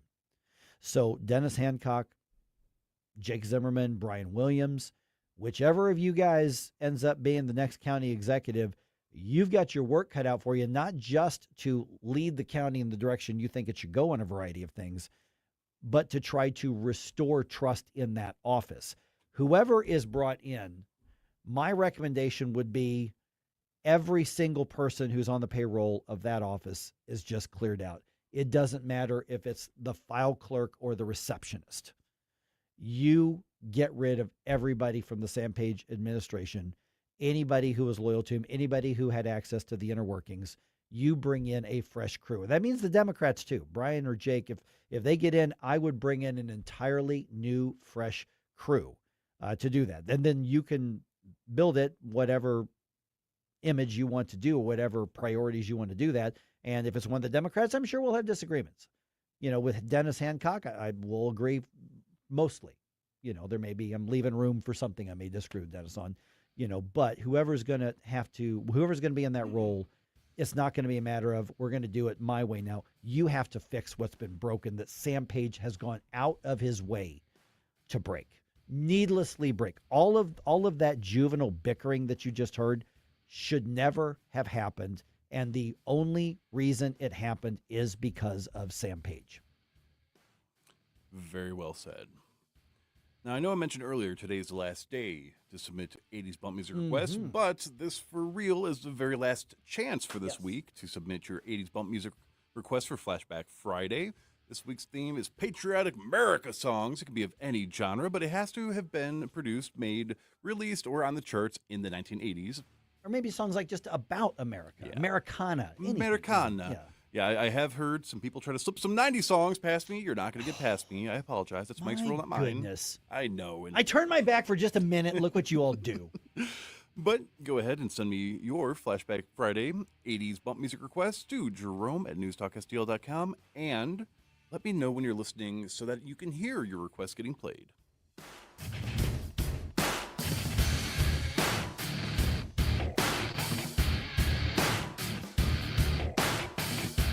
Okay, party with us tomorrow night at Frankie Martin's Garden. But Saturday, what you doing Saturday afternoon? There's another party going on. My friends at Nutrition Stop are having their 40th birthday party here in the St. Louis area, right off Mexico Road in St. Charles, noon to 3. Look at nutritionstop.com for directions and details. Come on out and be hungry, because there's going to be a lot of free food and samples. I'm going to be there for at least a couple of hours, maybe all 3 hours. But check them out there. This is where I go to stay healthy. Okay, you can talk about MAHA all you want, and you can talk about the policies and what the government should be doing, or you can just say, I'm going to make myself and my family healthy again. Yeah, I'm going to get rid of those chemicals. I'm going to get rid of those preservatives. I'm going to get rid of all that artificial sugar, and I'm going to go get healthy food and healthy supplements, because just because it's a nutritional supplement doesn't necessarily mean it's good for you. Nutrition Stop only works with the companies that deal with natural ingredients, healthy ingredients, science-based ingredients, things that work with your body. And it's not just food. It's not just the groceries. It's not just the supplements. It's the things that you put on your body.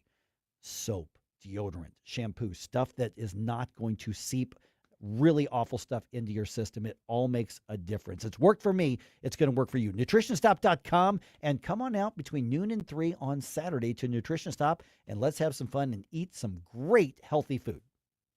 Are you tired of hard chlorinated water drying your skin out, tasting bad, and ruining your fixtures? Jones Air and Water Treatment has a solution to this pollution. Our Hydratech H2O leaves you with great tasting, soft water at all fixtures in your home with one unit. Call Jones Air and Water at 636-899-1040 or visit us on the web at joneswater.com. You can be a filter or buy a filter. Jones Air and Water, 636-899-1040 or joneswater.com on the web. Call us now. Hi, this is St. Louis County Councilman Mark Harder reminding you to check out my new show this weekend. The St. Louis County Insider with Councilman Mark Harder. That's me. Every Sunday evening at 5, we will explore with you behind-the-scenes stories and information that you won't hear anywhere else. Plus, we talk to decision makers and influencers that have impact on what's going on in St. Louis County and beyond. The St. Louis County Insider with Councilman Mark Harder. I'll talk to you Sunday night at 5, only on News Talk STL. License number GL2500615. You're cooking dinner. The lights go out. You flip the breaker and forget about it. But what if it keeps tripping? Trips once, your breaker's doing its job. Keeps tripping? That's a warning. Bad wiring or something worse. Do people just keep flipping it? Most do, until they can't anymore. Call Grasser. We'll stop the trip. Green is always Grasser at GrasserHomeservices.com.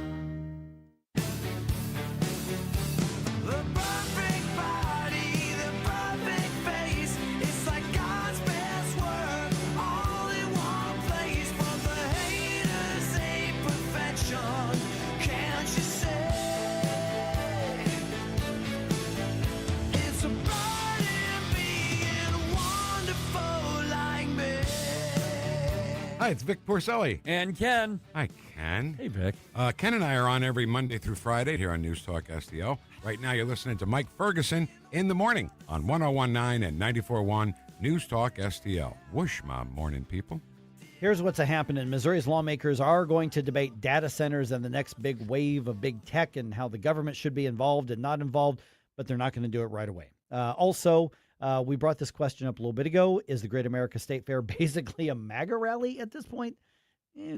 If it is, I don't think that's a good thing, and that's not a reflection on MAGA or President Trump, but I would hope that the Great America State Fair would be something that was less political than what it turned out to be, but that doesn't mean that it was necessarily President Trump's fault based on all the debacle that happened. And the Cardinals hope to split their series with the Diamondbacks. They're going to decide that later on today. 8:50 right now. Let's do one more news dump here.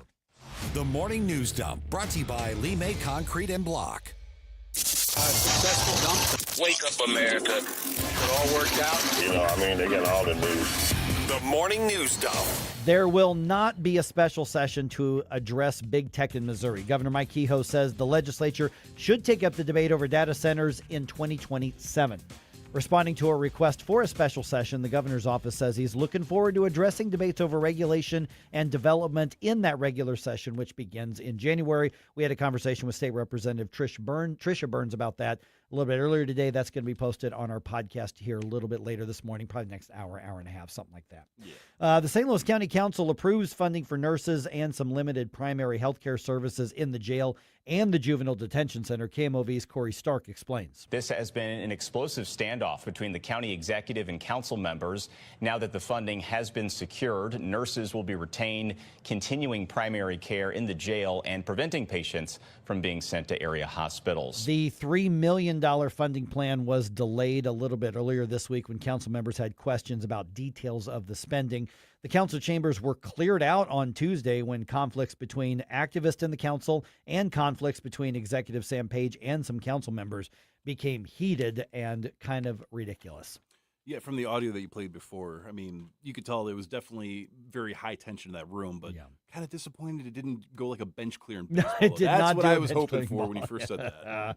All right, on Tuesday, a California federal judge blocked Immigrations and Customs Enforcement from arresting non-citizens at courthouses, at least federal courthouses, writing that the Justice Department and ICE didn't give sound reasoning for that policy. Senator Josh Hawley was on Fox's The Ingram Angle. Let's just say he has thoughts on that ruling.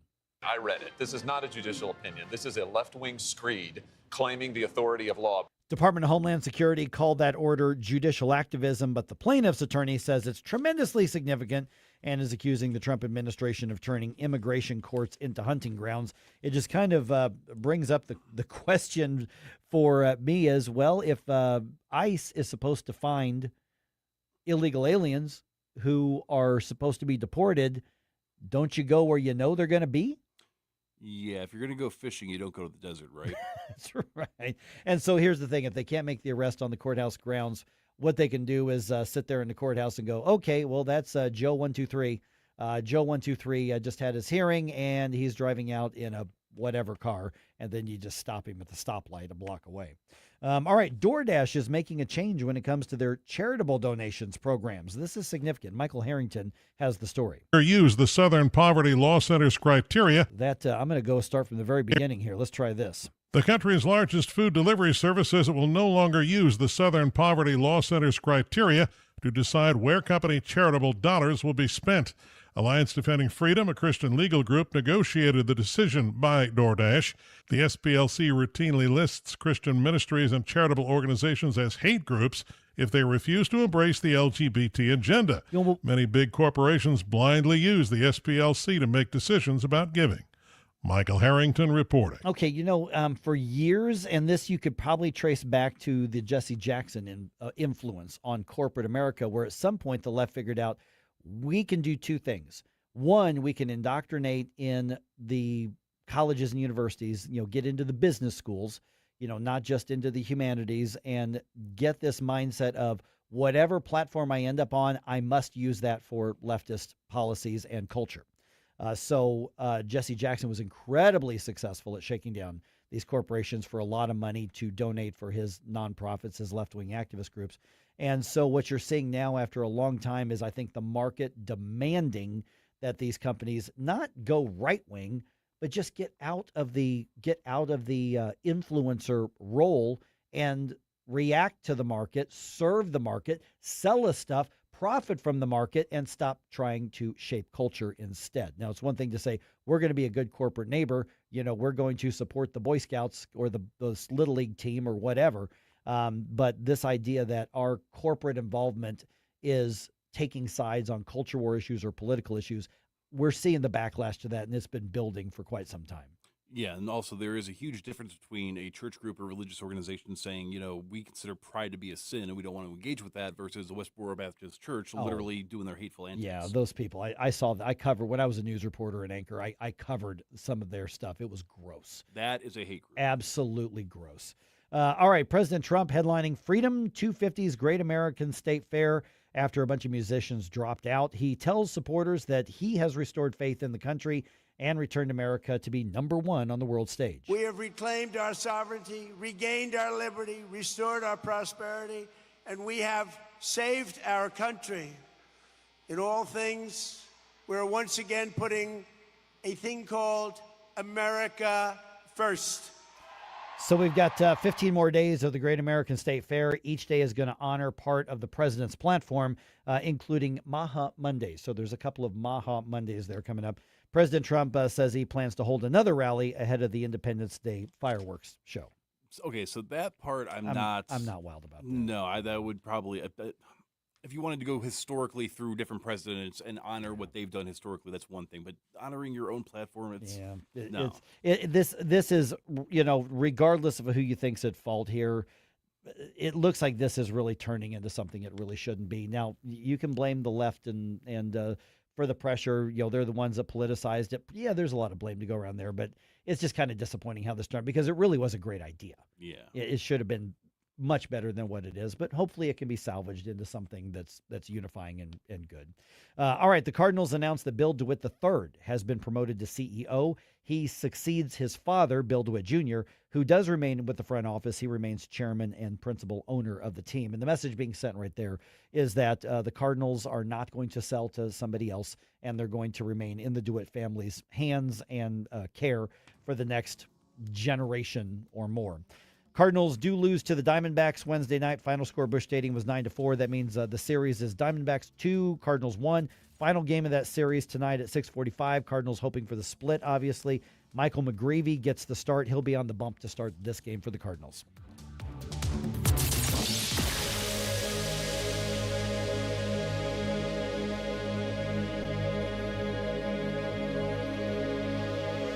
Oh, Adam, you are so romantic.